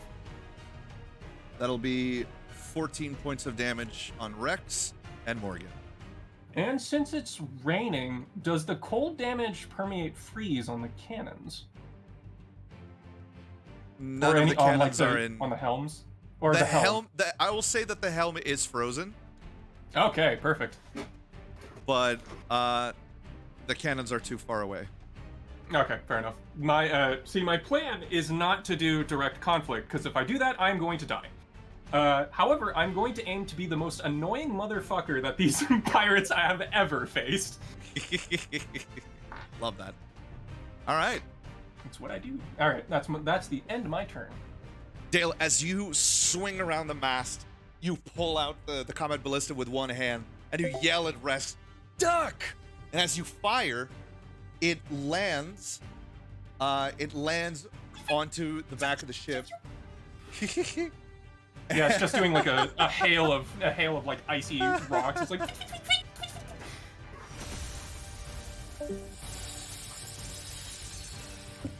that's what I imagine anyway. Here, I'll play the sound of it.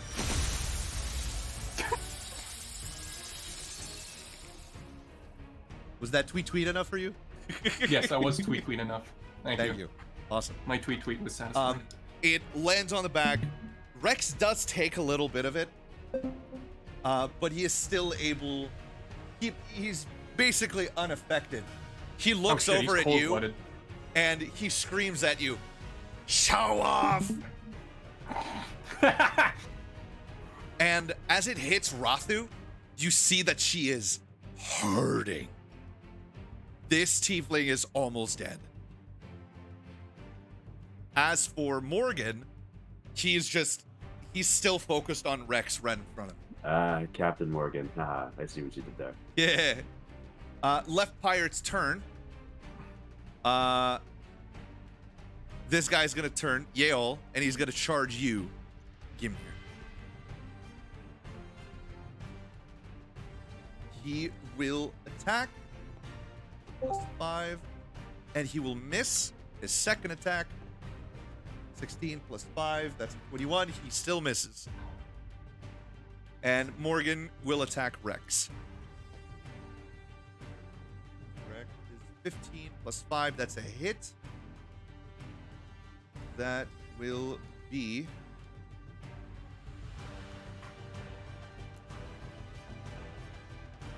13 points of damage to Rex.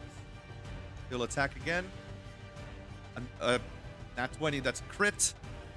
So that'll be 20 plus 16, so 26. Jesus Christ. Rex is down to 27 points of health. Dale, you just watch as Morgan just pulls out this massive sword and he proceeds to just beat the shit out of Rex. Rex is not doing too hot. Ethel, your turn. Haha, Dali. I told them not to go on. Or I told them that I got it, but okay, fine.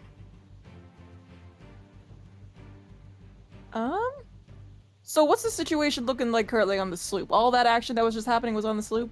Or I mean, Yes. sorry, I meant the oh, okay. So brigand. The ship is smoking after that hit from Judd's cannon. All of the members, except for Grabo, except for Nemo, who's on the cannon, they're all terrified of Thalion. Okay. Yeah, that makes sense.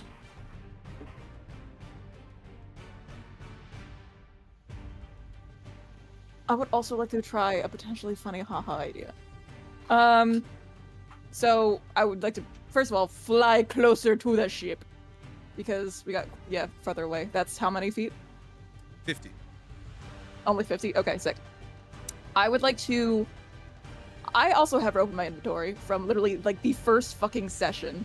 Yes. I bought, like, that strong rope shit, and I have kept it by my side ever since.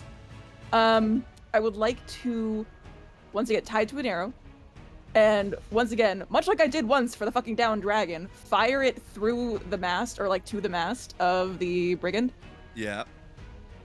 And then to Thalion, and then fly straight downward. All right. Give me a roll to hit. Okay, gotcha. Actions, please. Would a 26 do me good? Yes, it will. Okay. It will deal no damage to the ship itself, though. That is fine. All right, you're attached. Okay, we will then, You're trying to break the mast? Is that what you're trying to do? I'm trying to turn the ship over. Okay. What type of arrow did you use? I mean, a regular one, but now I'm arguing if I shouldn't.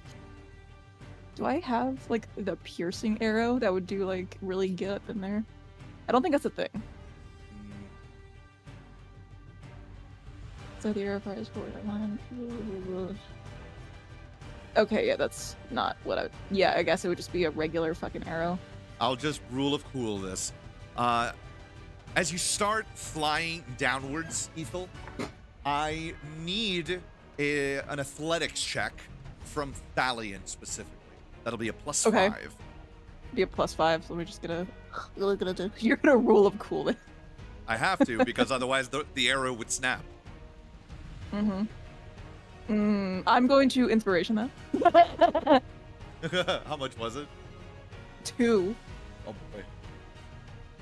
15 plus 5 would be a dirty 20. Dirty 20. Ethel, as you begin flying downwards,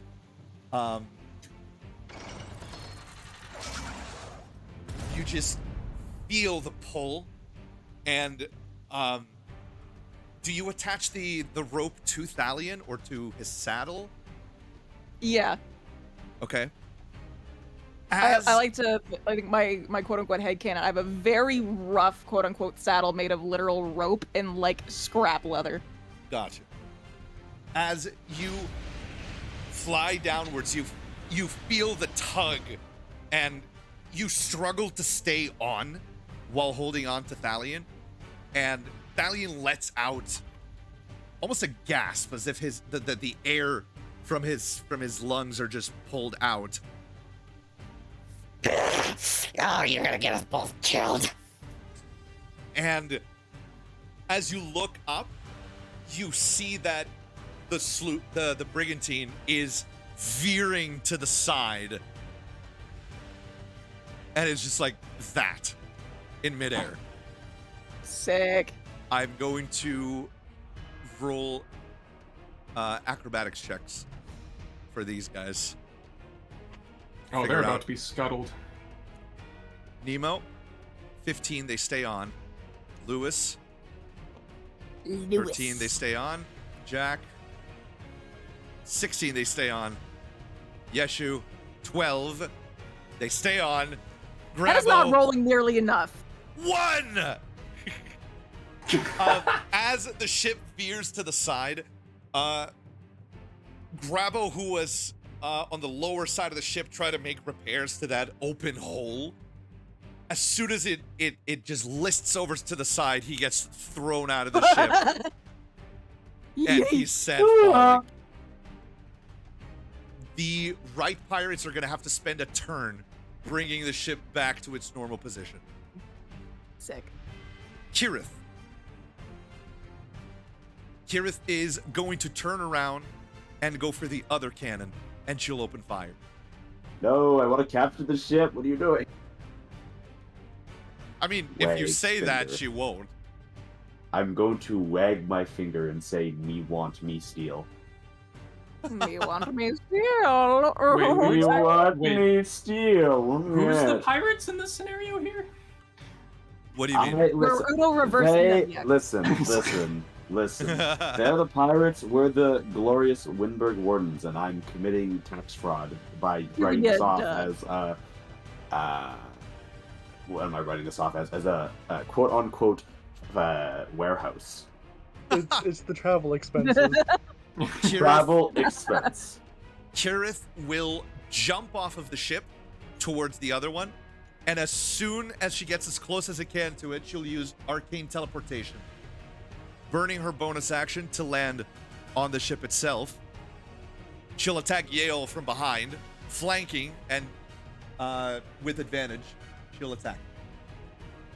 Flame Tongue Longsword. The first one is a miss. The second one is a 23, a hit. And she will deal 8 points of damage.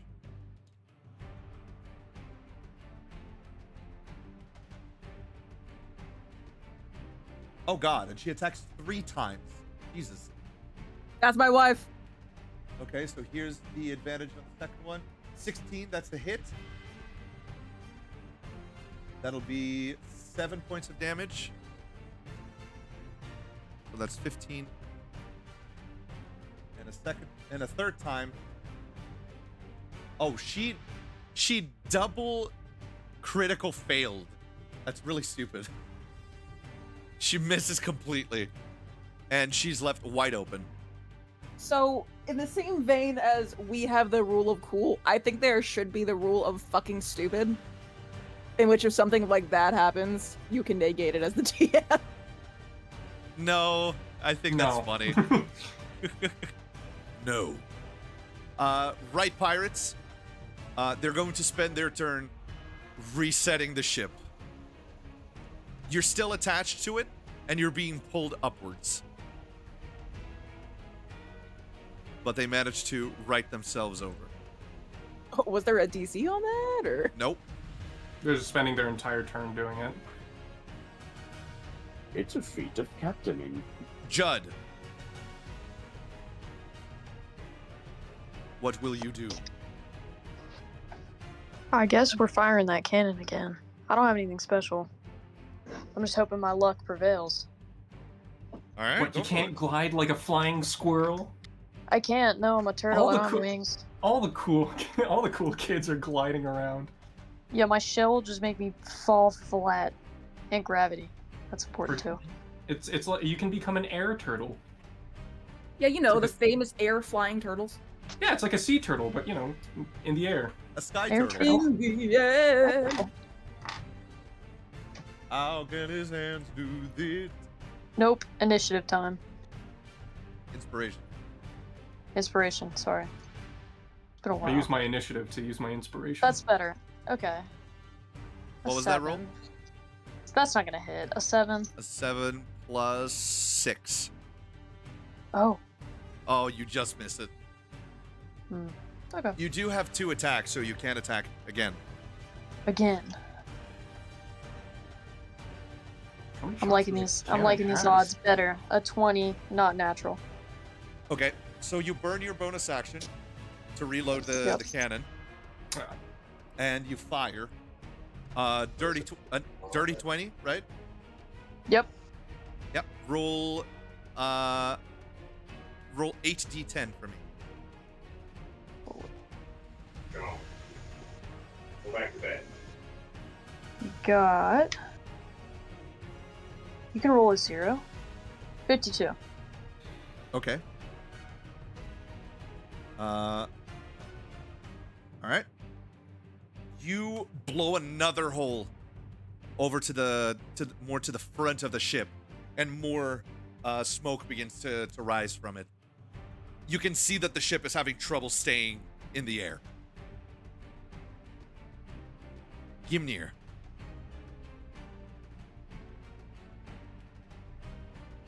Yes. Your turn. Okay, so who is right in front of me now? Because my internet had cut out, so I didn't hear what happened after Dale's turn. In front of you but stands... I came back shortly after. In front of you stands another Leonine by the name of Yale. It's a good name. I should take it. Oh, good. Said the changeling. They don't know that yet. You know what? Gimnir's just going to do his little roar. He's going to Ooh. challenge him directly. Oh! Ooh. Lion to lion, baby. Gimnir, as you do this, give me a wisdom save. No, why would you do that to him? Not bad. That's 17 total. 17. Gimnir, as you roar, challenging this other Leonine into combat, there is something in you bubbling. There is something in you, almost like your stomach is in knots at the prospect of challenging another Leonine like this. In the face of this Leonine, you see your own father's face for a split second. But you're able to hold your composure. With that roar,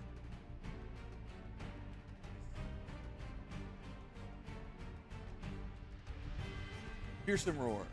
DC 8 plus your proficiency, which is 4, so that's a 12, plus your charisma modifier, which is 3, so a 15. DC 15. If they fail, they'll be frightened of you. Oh my god. Sorry. Excuse me. Time to figure out who's the top of the pride. Oh my god, man. This map gives me so much grief, and for what? Disaster.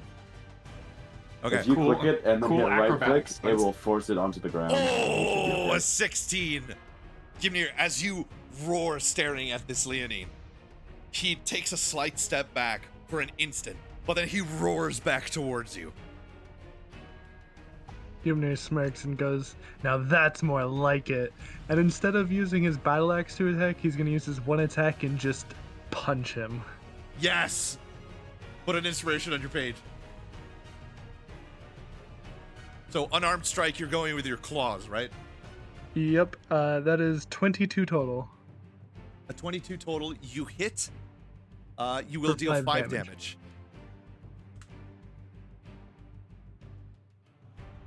Alright. Rex's turn. He will wild shape. He will turn into a big old fucking snake. Let me see if I have snakes. I forgot. It looks like this isn't working. Well, better do the thing that always works.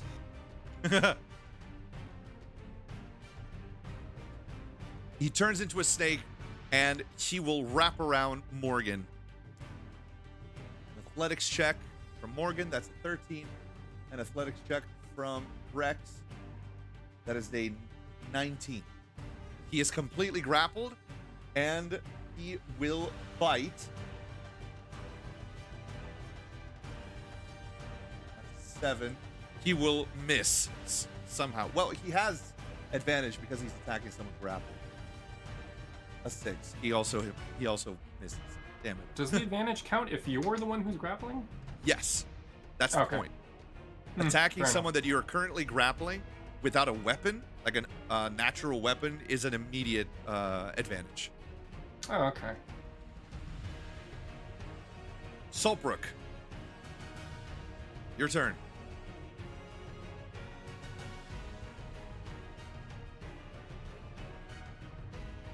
Saltbrook. Saltbrook. Damn, I can't believe he died. I can't believe Huzzar. Zara is dead. Huzzar! Tessar! Huzzar!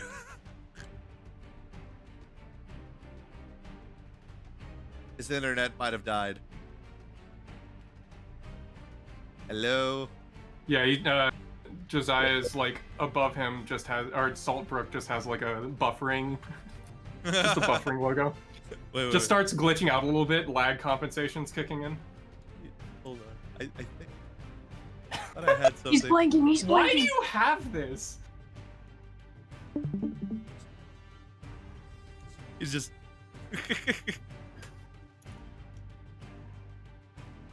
He's now going into like T-pose. His connection is not very good. It's all red. The Sims. There he is. There he is. All right, it's your turn, Zar. Go I for was it. petting my cat. A valid excuse. Yes. I'm gonna kind of just walk menacingly my maximum movement up the hull of the deck. I guess up the deck. You will cause an opportunity attack. I'm gonna stop a little bit before the Leonine. Okay. Yeah. Okay. Let me see. Just imagine if you just got an opportunity attack and the Leonine just clotheslines you. He probably would try. It really looks like that things are about to get wrapped up, so I'm gonna let Gimnir have his moment. And I'm gonna clap the shit out of the captain and probably a little silly goober who's like on the ground in the middle between them. What are you gonna do? The classic, the only option. Eldritch Blast. Fireball. No, cast bonfire. Cast create Oh, yeah. bonfire, baby. No, Alright. I'll be doing Eldritch Blast, but I just want. Eldritch Okay, Blast. Alright. So I'll fire 2 beams into. Can I split attack, or do I have to do 1 target? No, you can split it. All right, I'm gonna slap 2 at the one that's like at the edge of the frozen line, and then I'm gonna hit the rest before the captain. So that's how many beams? 6. 6. Jesus Christ. 2 on I'm this, scared. 4 on this. Yep. I'll roll for the first. The 2. Gonna be a 16 and a 12. That's disappointing. That's a hit. And Oh, you cool. do kill them immediately. Okay. It'll be a simple krill. I hit him in the shoulder, and he goes, "Ouch, that hurt." They slew forward and fall off the ship. Exhausted. And then All right. the other others. 4 will go into the Schmapton. Go for it. It'll be a 17. Okay. What is that? A 12. Okay. Wow. A 10 Uh-huh. and a 25. You hit 2 of them. Very cool. I shall now do damage for 2 of them. We'll go for a grand total of 12 and 15. 12 and I think 15. that's 27. 27. How do you kill him? I'm gonna. Oh, okay, you know this is gonna be funny. Does he have a captain's hat on? He does not. This is so sad. Okay, I'm just gonna pop his brain then. I was gonna say if he's got a hat on, I'm gonna hit him in places where I can preserve the hat. But if he doesn't have a hat, it's a damn I point. see. Just evaporate him. Bro gets followed forward into a pile of and goop. Your blasts all hit him in the head, and you just see like the front plate of his head is just completely gone. And Rex lets go of him as he falls down to the ground dead. And Rex is like, ugh. Well, will someone stop showing off today? This is not showing off. This is just Eldritch Blast. This is just Eldritch Blast. Anyway, that's 26 temporary HP. There you go. I imagine just like Saltbrook like going into vats, just clicking all on the head. It's like, You That's just kinda hear how the I feel when I mysterious, do it. the mysterious stranger just comes out. Dun, dun, dun, dun, dun. Oh, motherfucker, you did not. I did. I love that. All right. Anything else you would like to do? Hold on, Rod. You laughed at the mysterious stranger appearing. No, you did not You ask if the laughed. mysterious stranger appears. Don't give me that. I don't have to ask. If it makes Yes, you you do. laugh. No. If the concept makes you oh laugh. my god. No, it's a I'm not gonna proposed re- concept makes me laugh. Read the It's a tone. hypothetical. Yes, Nuh-uh. read the tone. Anyway, I said I was gonna let Gimnir do his thing. Can I like actually I still have movement, don't I? I didn't move that much. You do, yes. Can I like skirt You moved around the 10 fight? feet. You know what? I just kind of skirt around. I just kind of You- like you avoid can it. jump. Alright, you know what? I'm finna just walk through it. I don't give a shit. I just got 26 temp HP. You're gonna take the opportunity attack? Yeah, I'll take the opportunity attack. Alright. He swings Clothesline at him. you. He Can swings I at not you. on my watch this Plus one? 6. Yep. Okay. Yeah, you can. Don't bother. I have 26 temp No, no, HP. no, and no, I'll be okay. no. I got an idea. Okay. Okay. You not on your watch this, and you will take the damage because your AC is cut in half. Wait, what was that? What was the attack roll? It was What a was that? 15 plus 6. Oh, yeah, I would have gotten hit. Darn. You're going to take 7 points of damage, Gimnir. Gimnir's gonna growl, but he's just gonna say, "Your fight is with me." Love that. Give me another wisdom save. That will also be the end of my turn. Okay.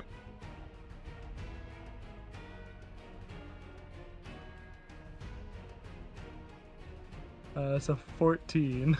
Okay. Gimnir, as you say these words again, you feel your father's blood coursing through your veins. And for a moment, you feel your muscles bulge, but they return to normal. I believe it is Dale's turn. Okay, so seeing that the situation is, does the situation look like it's being handled Oh, On this, oh my God, on, yeah. yes, on absolutely. this ship? Yeah. Okay, so I'll just swing over to our ship and just land. All right. So yeah, just using the I'll use the momentum to just like freely just move, and then right on like the apex of the swing, I'll just let go of the rope and then just sort of like dive bomb over to our Give me over an to our ship. acrobatics check. Yeah. Oh, acrobatics check. Why didn't you say so? You Not and your one. plus 12 to acrobatics. Yep. Yeah, bastard. God damn. This is what I get for allowing a level 8 bard Tee. and level 3 rogue. So that is an 18. So 30. Dale, tell me exactly how you land. So you've played 2042, right? 2040. Yes. You know the Oh. operator Sundance, who has like Sundance, a wingsuit. Just gonna go like going down and then right on the deck of the ship and then do a roll. Sounds good. We do need to play that game together, by the way. Yes, I've been yes, having we fun do. with it. All right. Me too. You No, land. we all need to play Lethal Company. I have Yes. it.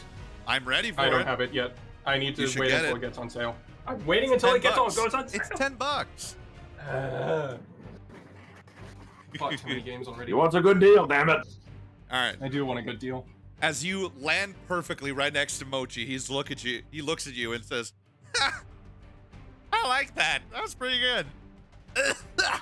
Yeah, thank you. I've been practicing. He starts coughing. You you okay? I'm fine. Shut up. Don't Arthur Morgan me. I don't know who that is, but okay.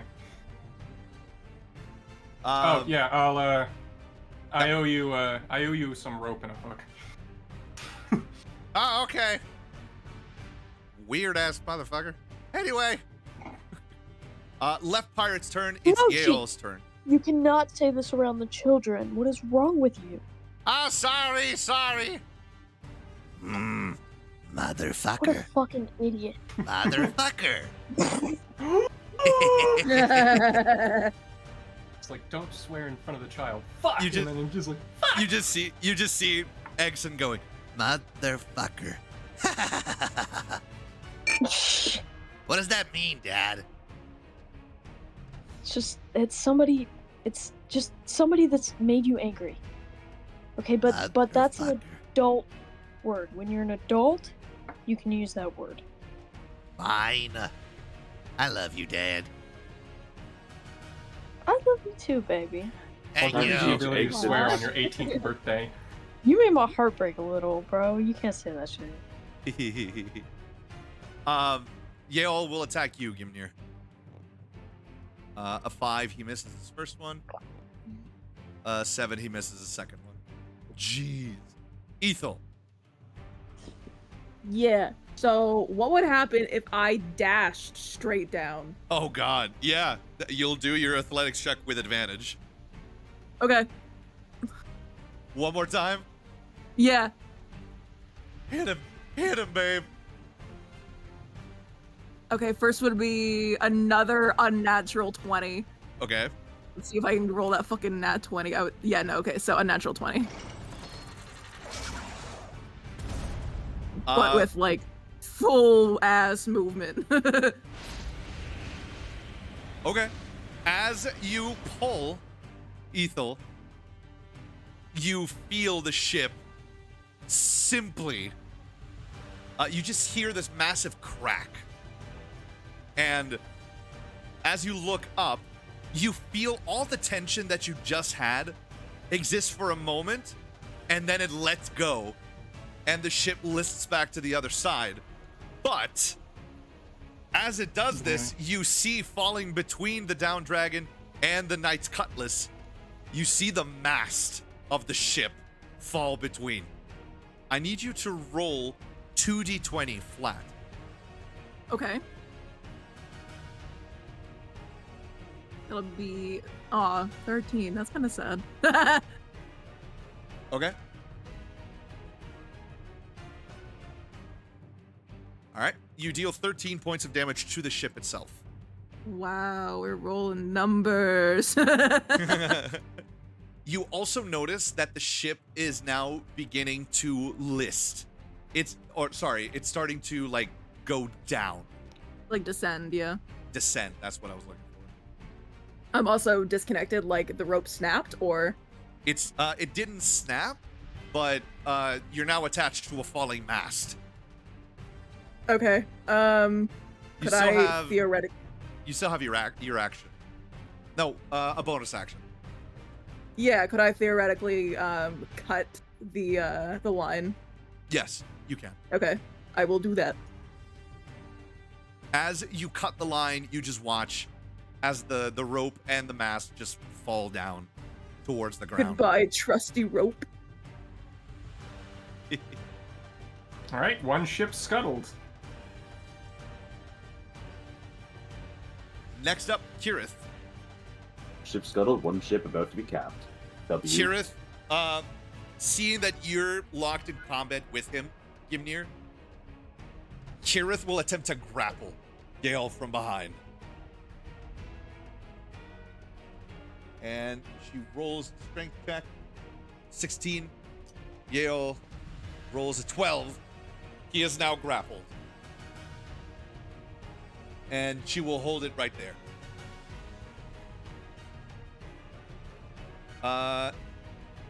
Gale will attempt to break the grapple. He cannot. Judd.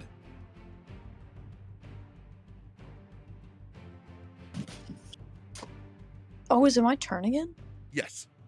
That came fast. I apologize. All good. Well, this is just the time in the fight where you only really got one ammo left in all your guns, and you just plug and chug, baby. So I'm reloading. Okay. Bonus action. And attacking. Oh, Lord have mercy. Plus 6. I still have one more. No, I'm gonna save that. No, never mind. Never mind. I'll take it. Oh.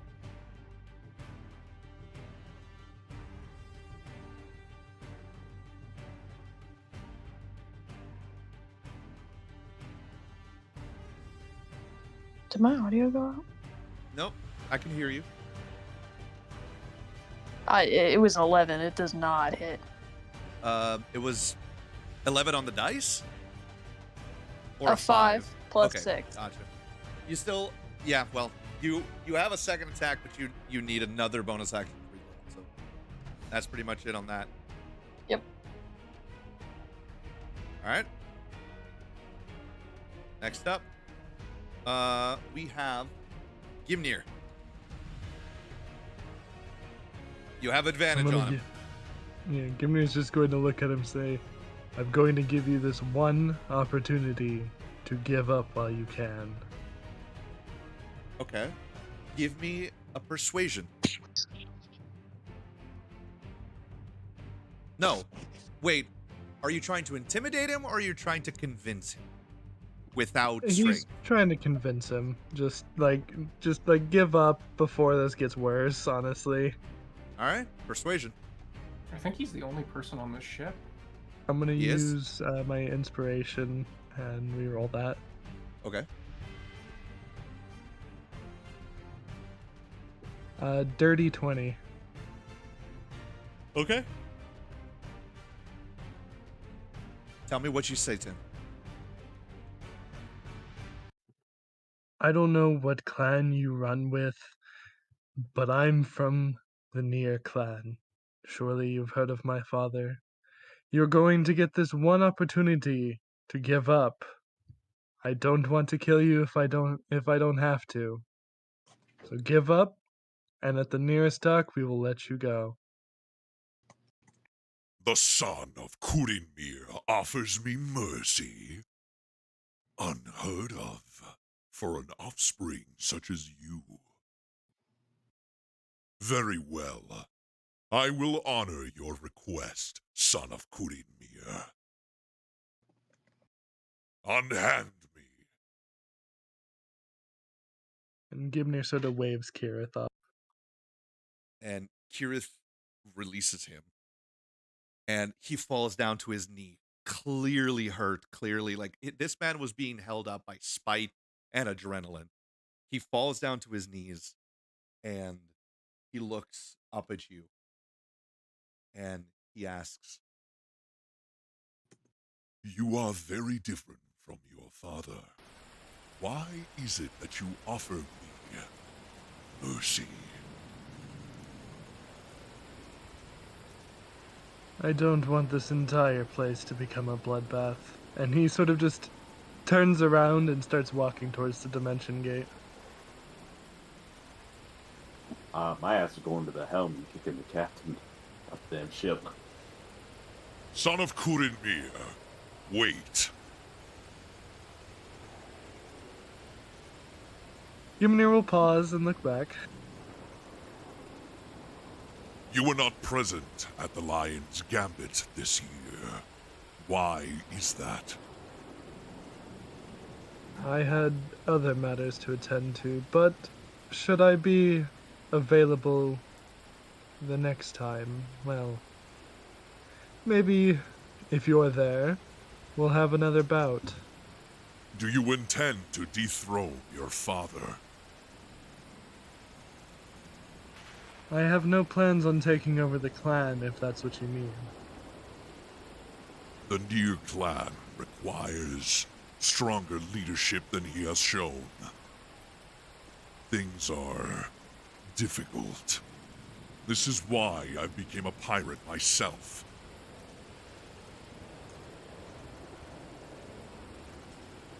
And so the old man's slacking on his duties again? If the clan is to thrive, they will need someone of your strength. What I've seen here today proves it.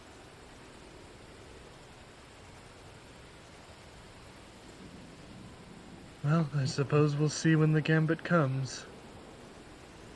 Then I shall await your presence, son of Kurimir.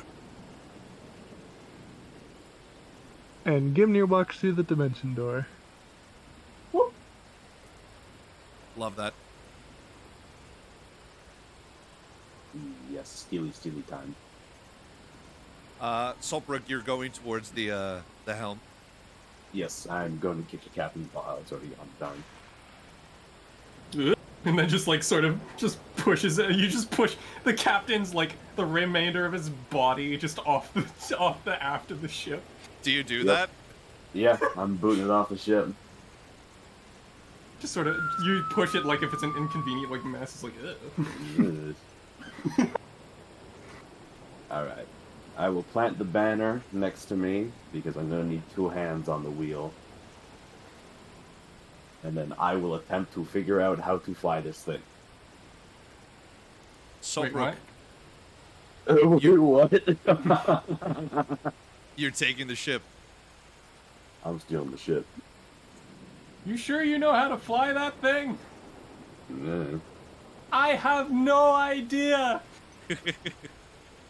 Mochi told me how to do it. I'm sure I can figure it. I need a dexterity check from you, Saltbrook. Oh, Christ, a dex check. This is not going to end well. Here we go. Oh, no. Oh, fuck, it's a 9. That's not good. Okay. As you grab hold of the helm, you feel the magic of the ship coursing through you, but as soon as you grab hold of it, you feel it list over to one side, and you struggle to keep your feet underneath you. All of the others just sort of hold on to the sides, the railings of the ship. Wouldn't it be an Arcana check? Nope. Can I try to discern a better way to manage the power? Okay. That would be an Arcana check. Yippee! That's gonna be another 9. Oh, Disaster. Disaster. I don't want to use my inspiration on that. Nah. Alright. Just gonna have to deal with this for now. The ship is flying. You know, it's not falling. But it definitely isn't as graceful as Mochi. Well, he's old and wise, and I'm not old. Fuck you, Tilden. Young, lean, and begging for cream. All right. Better pay attention to the horizon, or else you're cruising for a bruising. Thank you, Bard. Vicious mockery. No, I'm kidding. I don't have that. Wrong college. With this, the fight is concluded. Ethel, do you return to the ship? W. Yes. All right.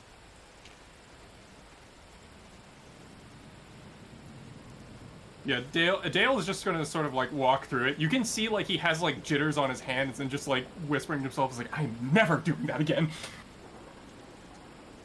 The rain around you begins to Hold on die a second. down. What's up? Givnir comes up behind Dale and just sort of like claps on the back. It's like, you did good out there. Thank you. That's nice.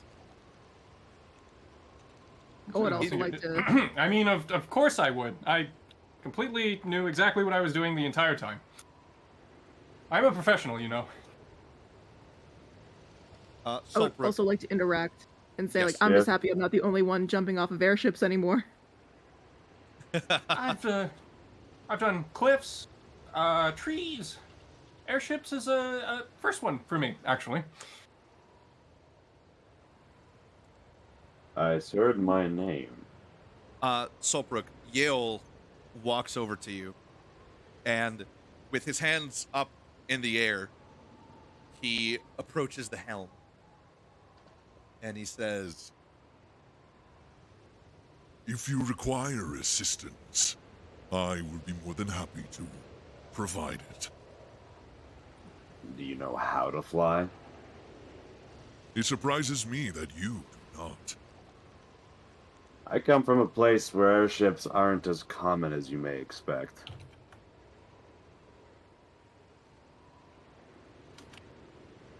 Will you take my help? I trust your word. You surrendered to Gimnir, and besides, I can just kill you and leave if I need to. So feel free, take the helm. Keep us alongside Mochi's ship, and we'll have a clean landing. If you don't, I'll do the same thing as I did to your captain. I mean, yeah, the blood will still be stained where he died, so that'll be a poignant reminder, I'm sure. I was simply under contract. I have no emotional attachment to that man. We share more in common than you may expect, Leonine. A fellow businessman, I see. Very well. Painfully so. And he grabs a hold of the helm, and you feel the ship stabilize. And he looks over at you and he says, The trick is to focus on things that you love. Keep your emotions stabilized, and the ship will stay stable. Appreciate the tip. There we go. As the trip continues, without many incidents, a day passes, and you are set to arrive at the Starmans. It has been 2 hours. Let's take a break. I would like to keep going. Is everyone okay with that? Yeah. Yep. And during this time, Dale is going to find something warm to stave off the wind chills that he just experienced. Great bonfire. Oh, God. Yeah, there you go. So how many survivors were there off of the other ship? Well, Survivors. You didn't see. Yeah, You didn't see what happened to the other ship. It just sort of lost altitude, and slowed Right. There were down like what, as 3 or less 4 behind. people on there though? Most There of the were crew 5. Probably fell did. off. Okay. There were 4 actually. Listen, I'm a paranoid protective mom We have Yeah, 2 ships some- now. who Something just tells me- impersonated a Federation officer.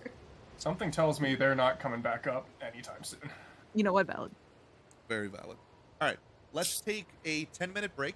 I'm going to go to the bathroom. I'm gonna make some tea. Nice. I'm gonna have Man. to get this ship registered with the local authorities so I don't get blown out of the sky. Oh boy. All right, I'll see you guys in a bit. Yep.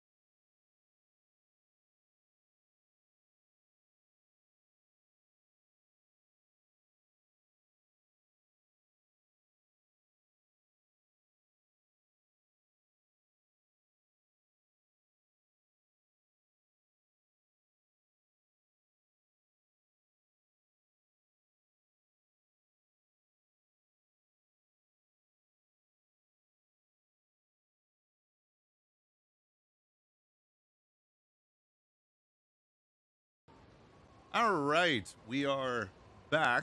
Hello, everybody. Welcome back to Wyndburgh. This is All session right, 40. we are Oh my god, back. I can hear myself. Alex.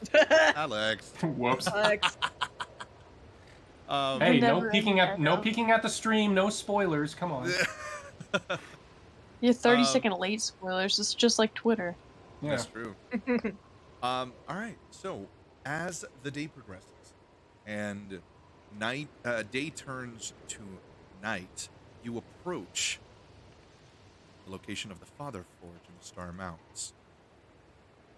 Hovering over the same location as last time, Mochi turns to you all and he speaks. All right, kids, go have fun. I'll open up a portal. Give me a second.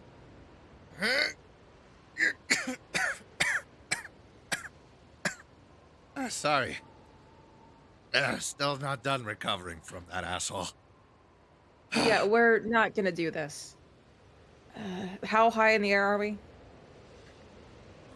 I don't know. He peeks over the side of the ship, and it's roughly 600 feet, I want to say.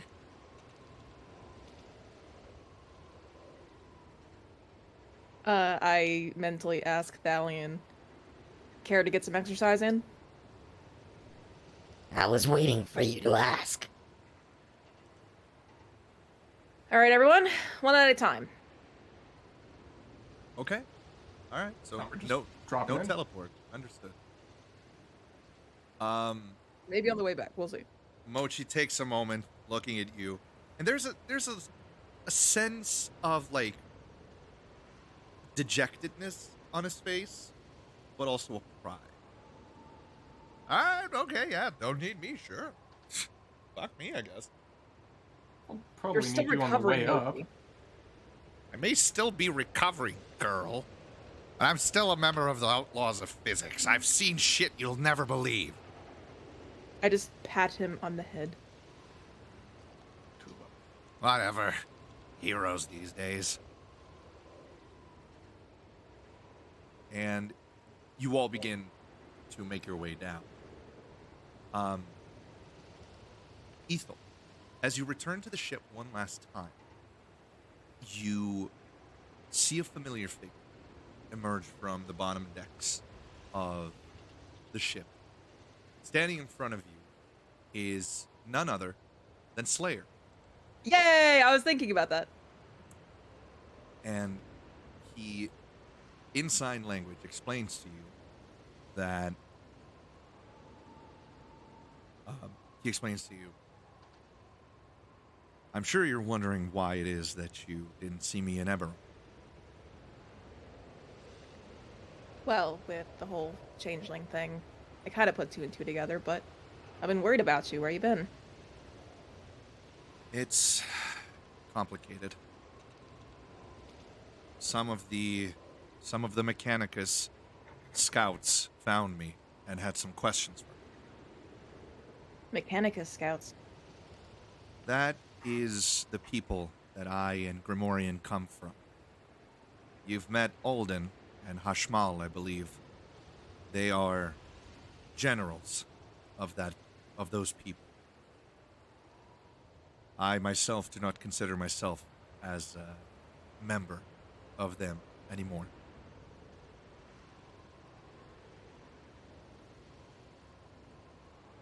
Well, you're here now. I'm sure you know what we're here to do. Yes, I do. You're here to break the laws of nature. And I gave you the power to do that. I do hope that it works. It's never been done before. Well, first time for everything. Indeed. Let's not waste more time. You want to ride down? I'll be all right. And you watch him as he just jumps over the side of the ship and begins falling. Those of you on ground level, you look up and you hear this whistling right? And from the sky, Dale, you have never seen this person before. Well, you have, but you've never really spoken to them. And you watch as this, I want to say, 5'3" man, clad in full armor, descends from the sky and hits the ground, causing this massive wind to be displaced. And Just a hot drop. Yep. And as he's like on one knee, he essentially superhero lands. Superhero landing. Yeah. Superhero landing. That Terrible on the kills- knees. That's terrible on the knees. He stands back up and he looks around and he looks over at Rex and then over at you, Dale, and he just sort of like cocks his head to one side, very confused at your presence. And you all make your way through familiar trails towards the Father Forge. Grim just like strapped to Thalion's back. I've made some adjustments to the map. I was thinking you were gonna go for the cart, so I put him in the cart. You know what? Retcon it. Put him in the cart. That's fine. All right. Oh, okay. Being pulled by Thalion. You have been conned. Full agreeance from the party. Judd, you have never been here before. Sir, get closer to the mic. Judd, you have never been here before. As you walk through the woods of the High Forest, there is a sense of unease that permeates you. There are things in these woods that shouldn't be here. As you all make your way towards the Father Forge, you see that the Sylvanian spores that are bioluminescent seem to permeate the entirety of these woods more than ever before. And as you arrive at the plateau where the Father Forge is, Judd, you see it. And Dale, you as well, for the first time. A monument, a shrine, circular in nature, made of stone as if it was hewn from the earth itself. Hundreds of lit candles line the top of this shrine, and from the middle of it, this powerful, beautiful, warm, yellowish, divine light seems to sprout out from it. And you all continue to approach.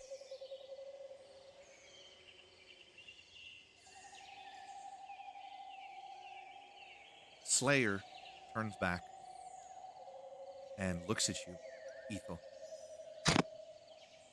He signs. Are you sure you want to do this?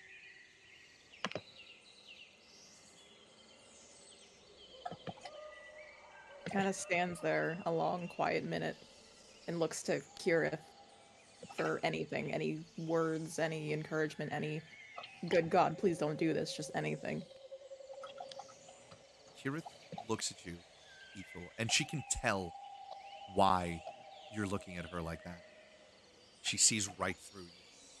Your friendship has gotten to the point where no matter how much you try to hide, she sees it. She sees through it. And she doesn't care. She loves you. And she gives you a smile. She extends her right hand and pulls your face in her hand. And says, I hope this works better for you than it did for me.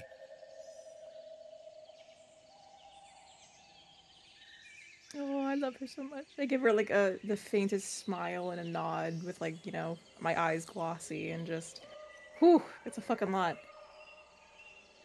Then turn to Slayer and say, we've come this far. Let's do this. She signs to you, then let us not wait. Bring forth Grimorian. I walk forward with Thalion. You know, his pieces and parts strapped to his back.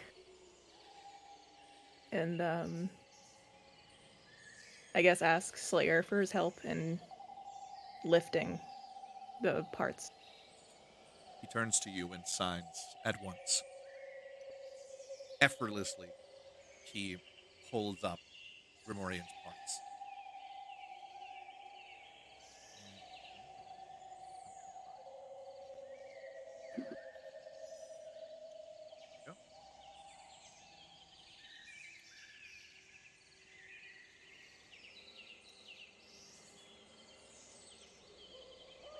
He turns to you, Ethel, and he asks, "Will you carry him?" I don't have the strength. I got it. You try, Judd? I'll try. Okay. Give me a give me an athletics check. So you squat 400 pounds.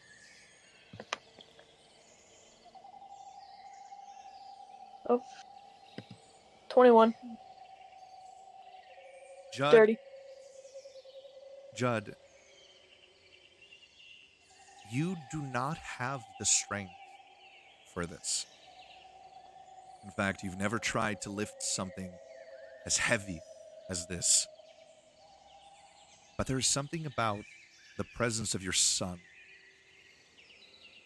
It gives you a strength you didn't know you had, and that by all measures of physical prowess, you should not have. And as you take him in your arms, you feel every fiber of your being screaming to let him go. But you manage to lift him.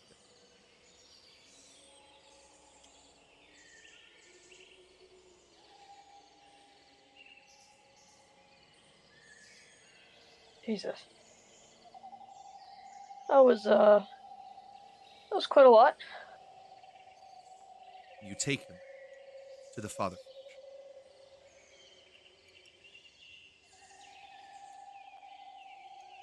Okay, Grim. And as he is placed in the center of this shrine, his body becomes weightless. And you feel this, Judd, as he slowly floats from your hands into the air.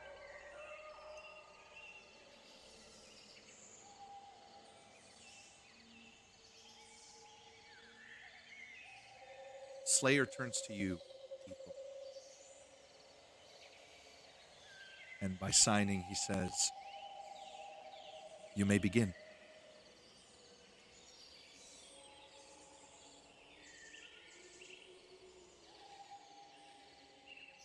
I guess I have the other things on my person, and the focus is already in the forge, correct? The focus is already in the forge, and it's glowing more than normal.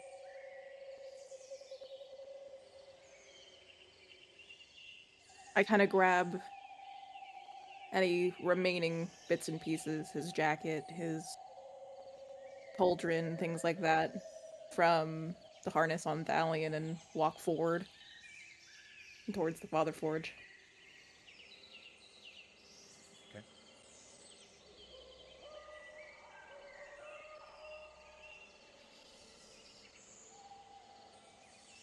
As you approach, Slayer stands next to you.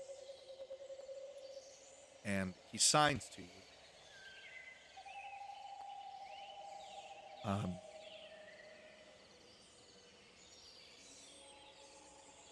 I believe it was my mistake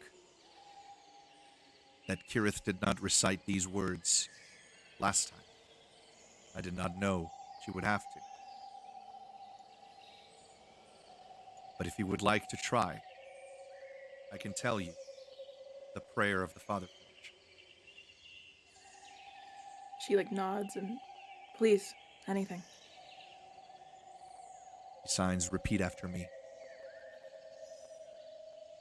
O Father Forge, master of creation, and keeper of the eternal flame.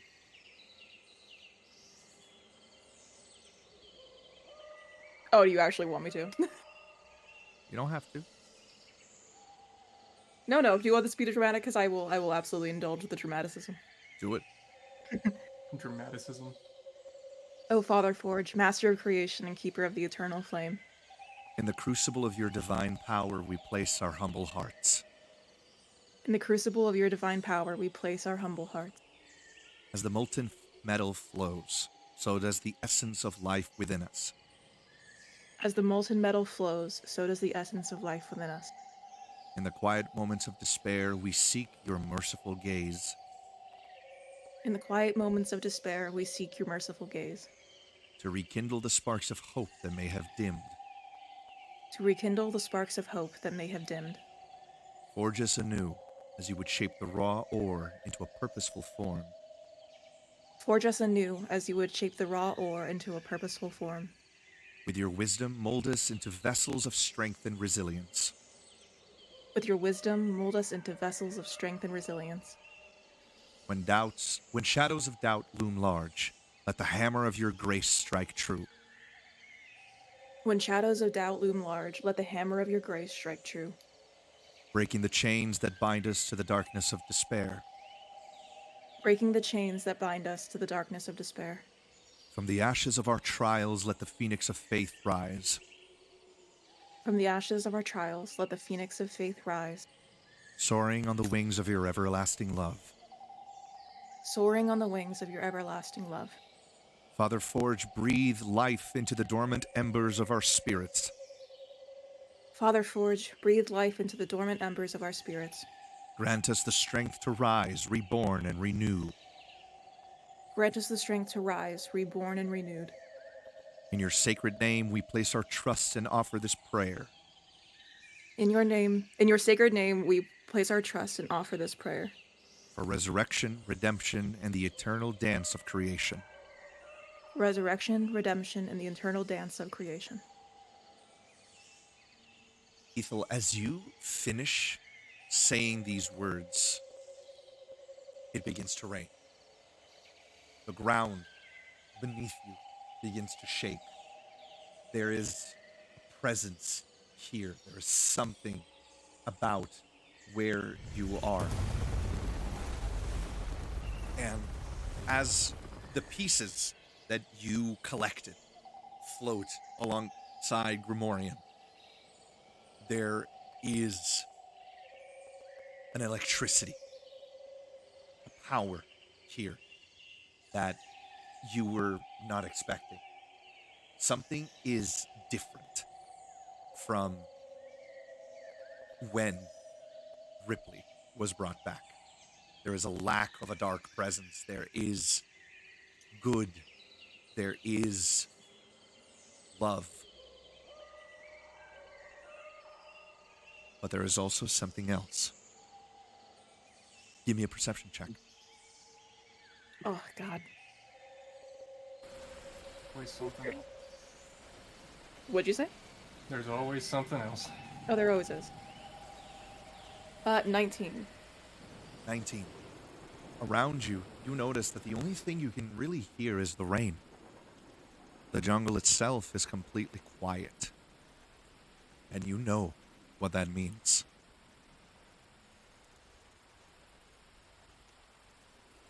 What does it mean?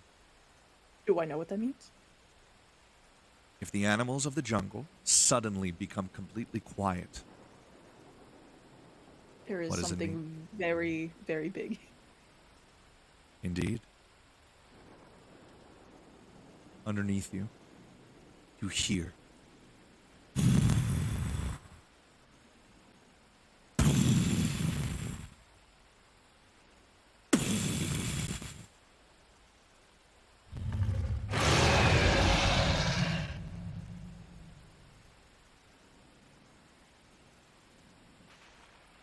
And suddenly,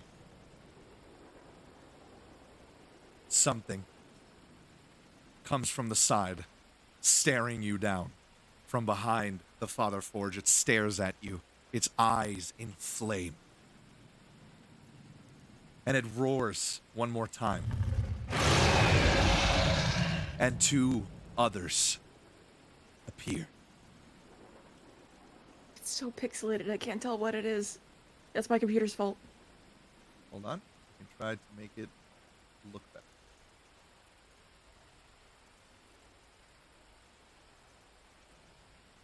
Oh, there we go.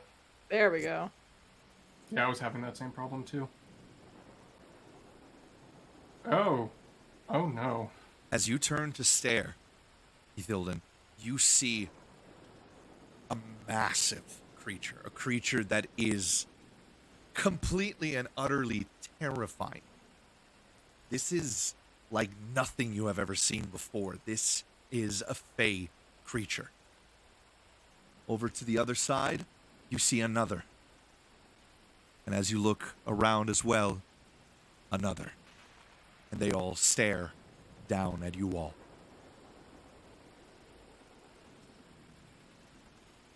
Alex, let me ask you a question. Yeah. Do you think you'd be available for another session next week? I would love that. If we're gonna cut off here, because I do have to go to bed. Okay. Then, my friends, we will end our session here as the ritual of resurrection is set to begin, and you are set upon on all sides by fey leviathans. And I will see you all next time. Thank you, and have a good night. I'm gonna call Mochi in. I'll be thinking of him. Just gonna call Mochi in and just be like, hey, Mochi, we need Mochi? Give me that Fortnite Battle Pass, please. 7 nuclear. I just shit out my ass. Booted Booted on my PC. Cause I need me the a Fortnite Battle Pass. Nothing lining up is hilarious. Oh my god. Well, it's lining up for me, so that's what matters. All right, everybody. Thank you for coming. I'll see you all next time.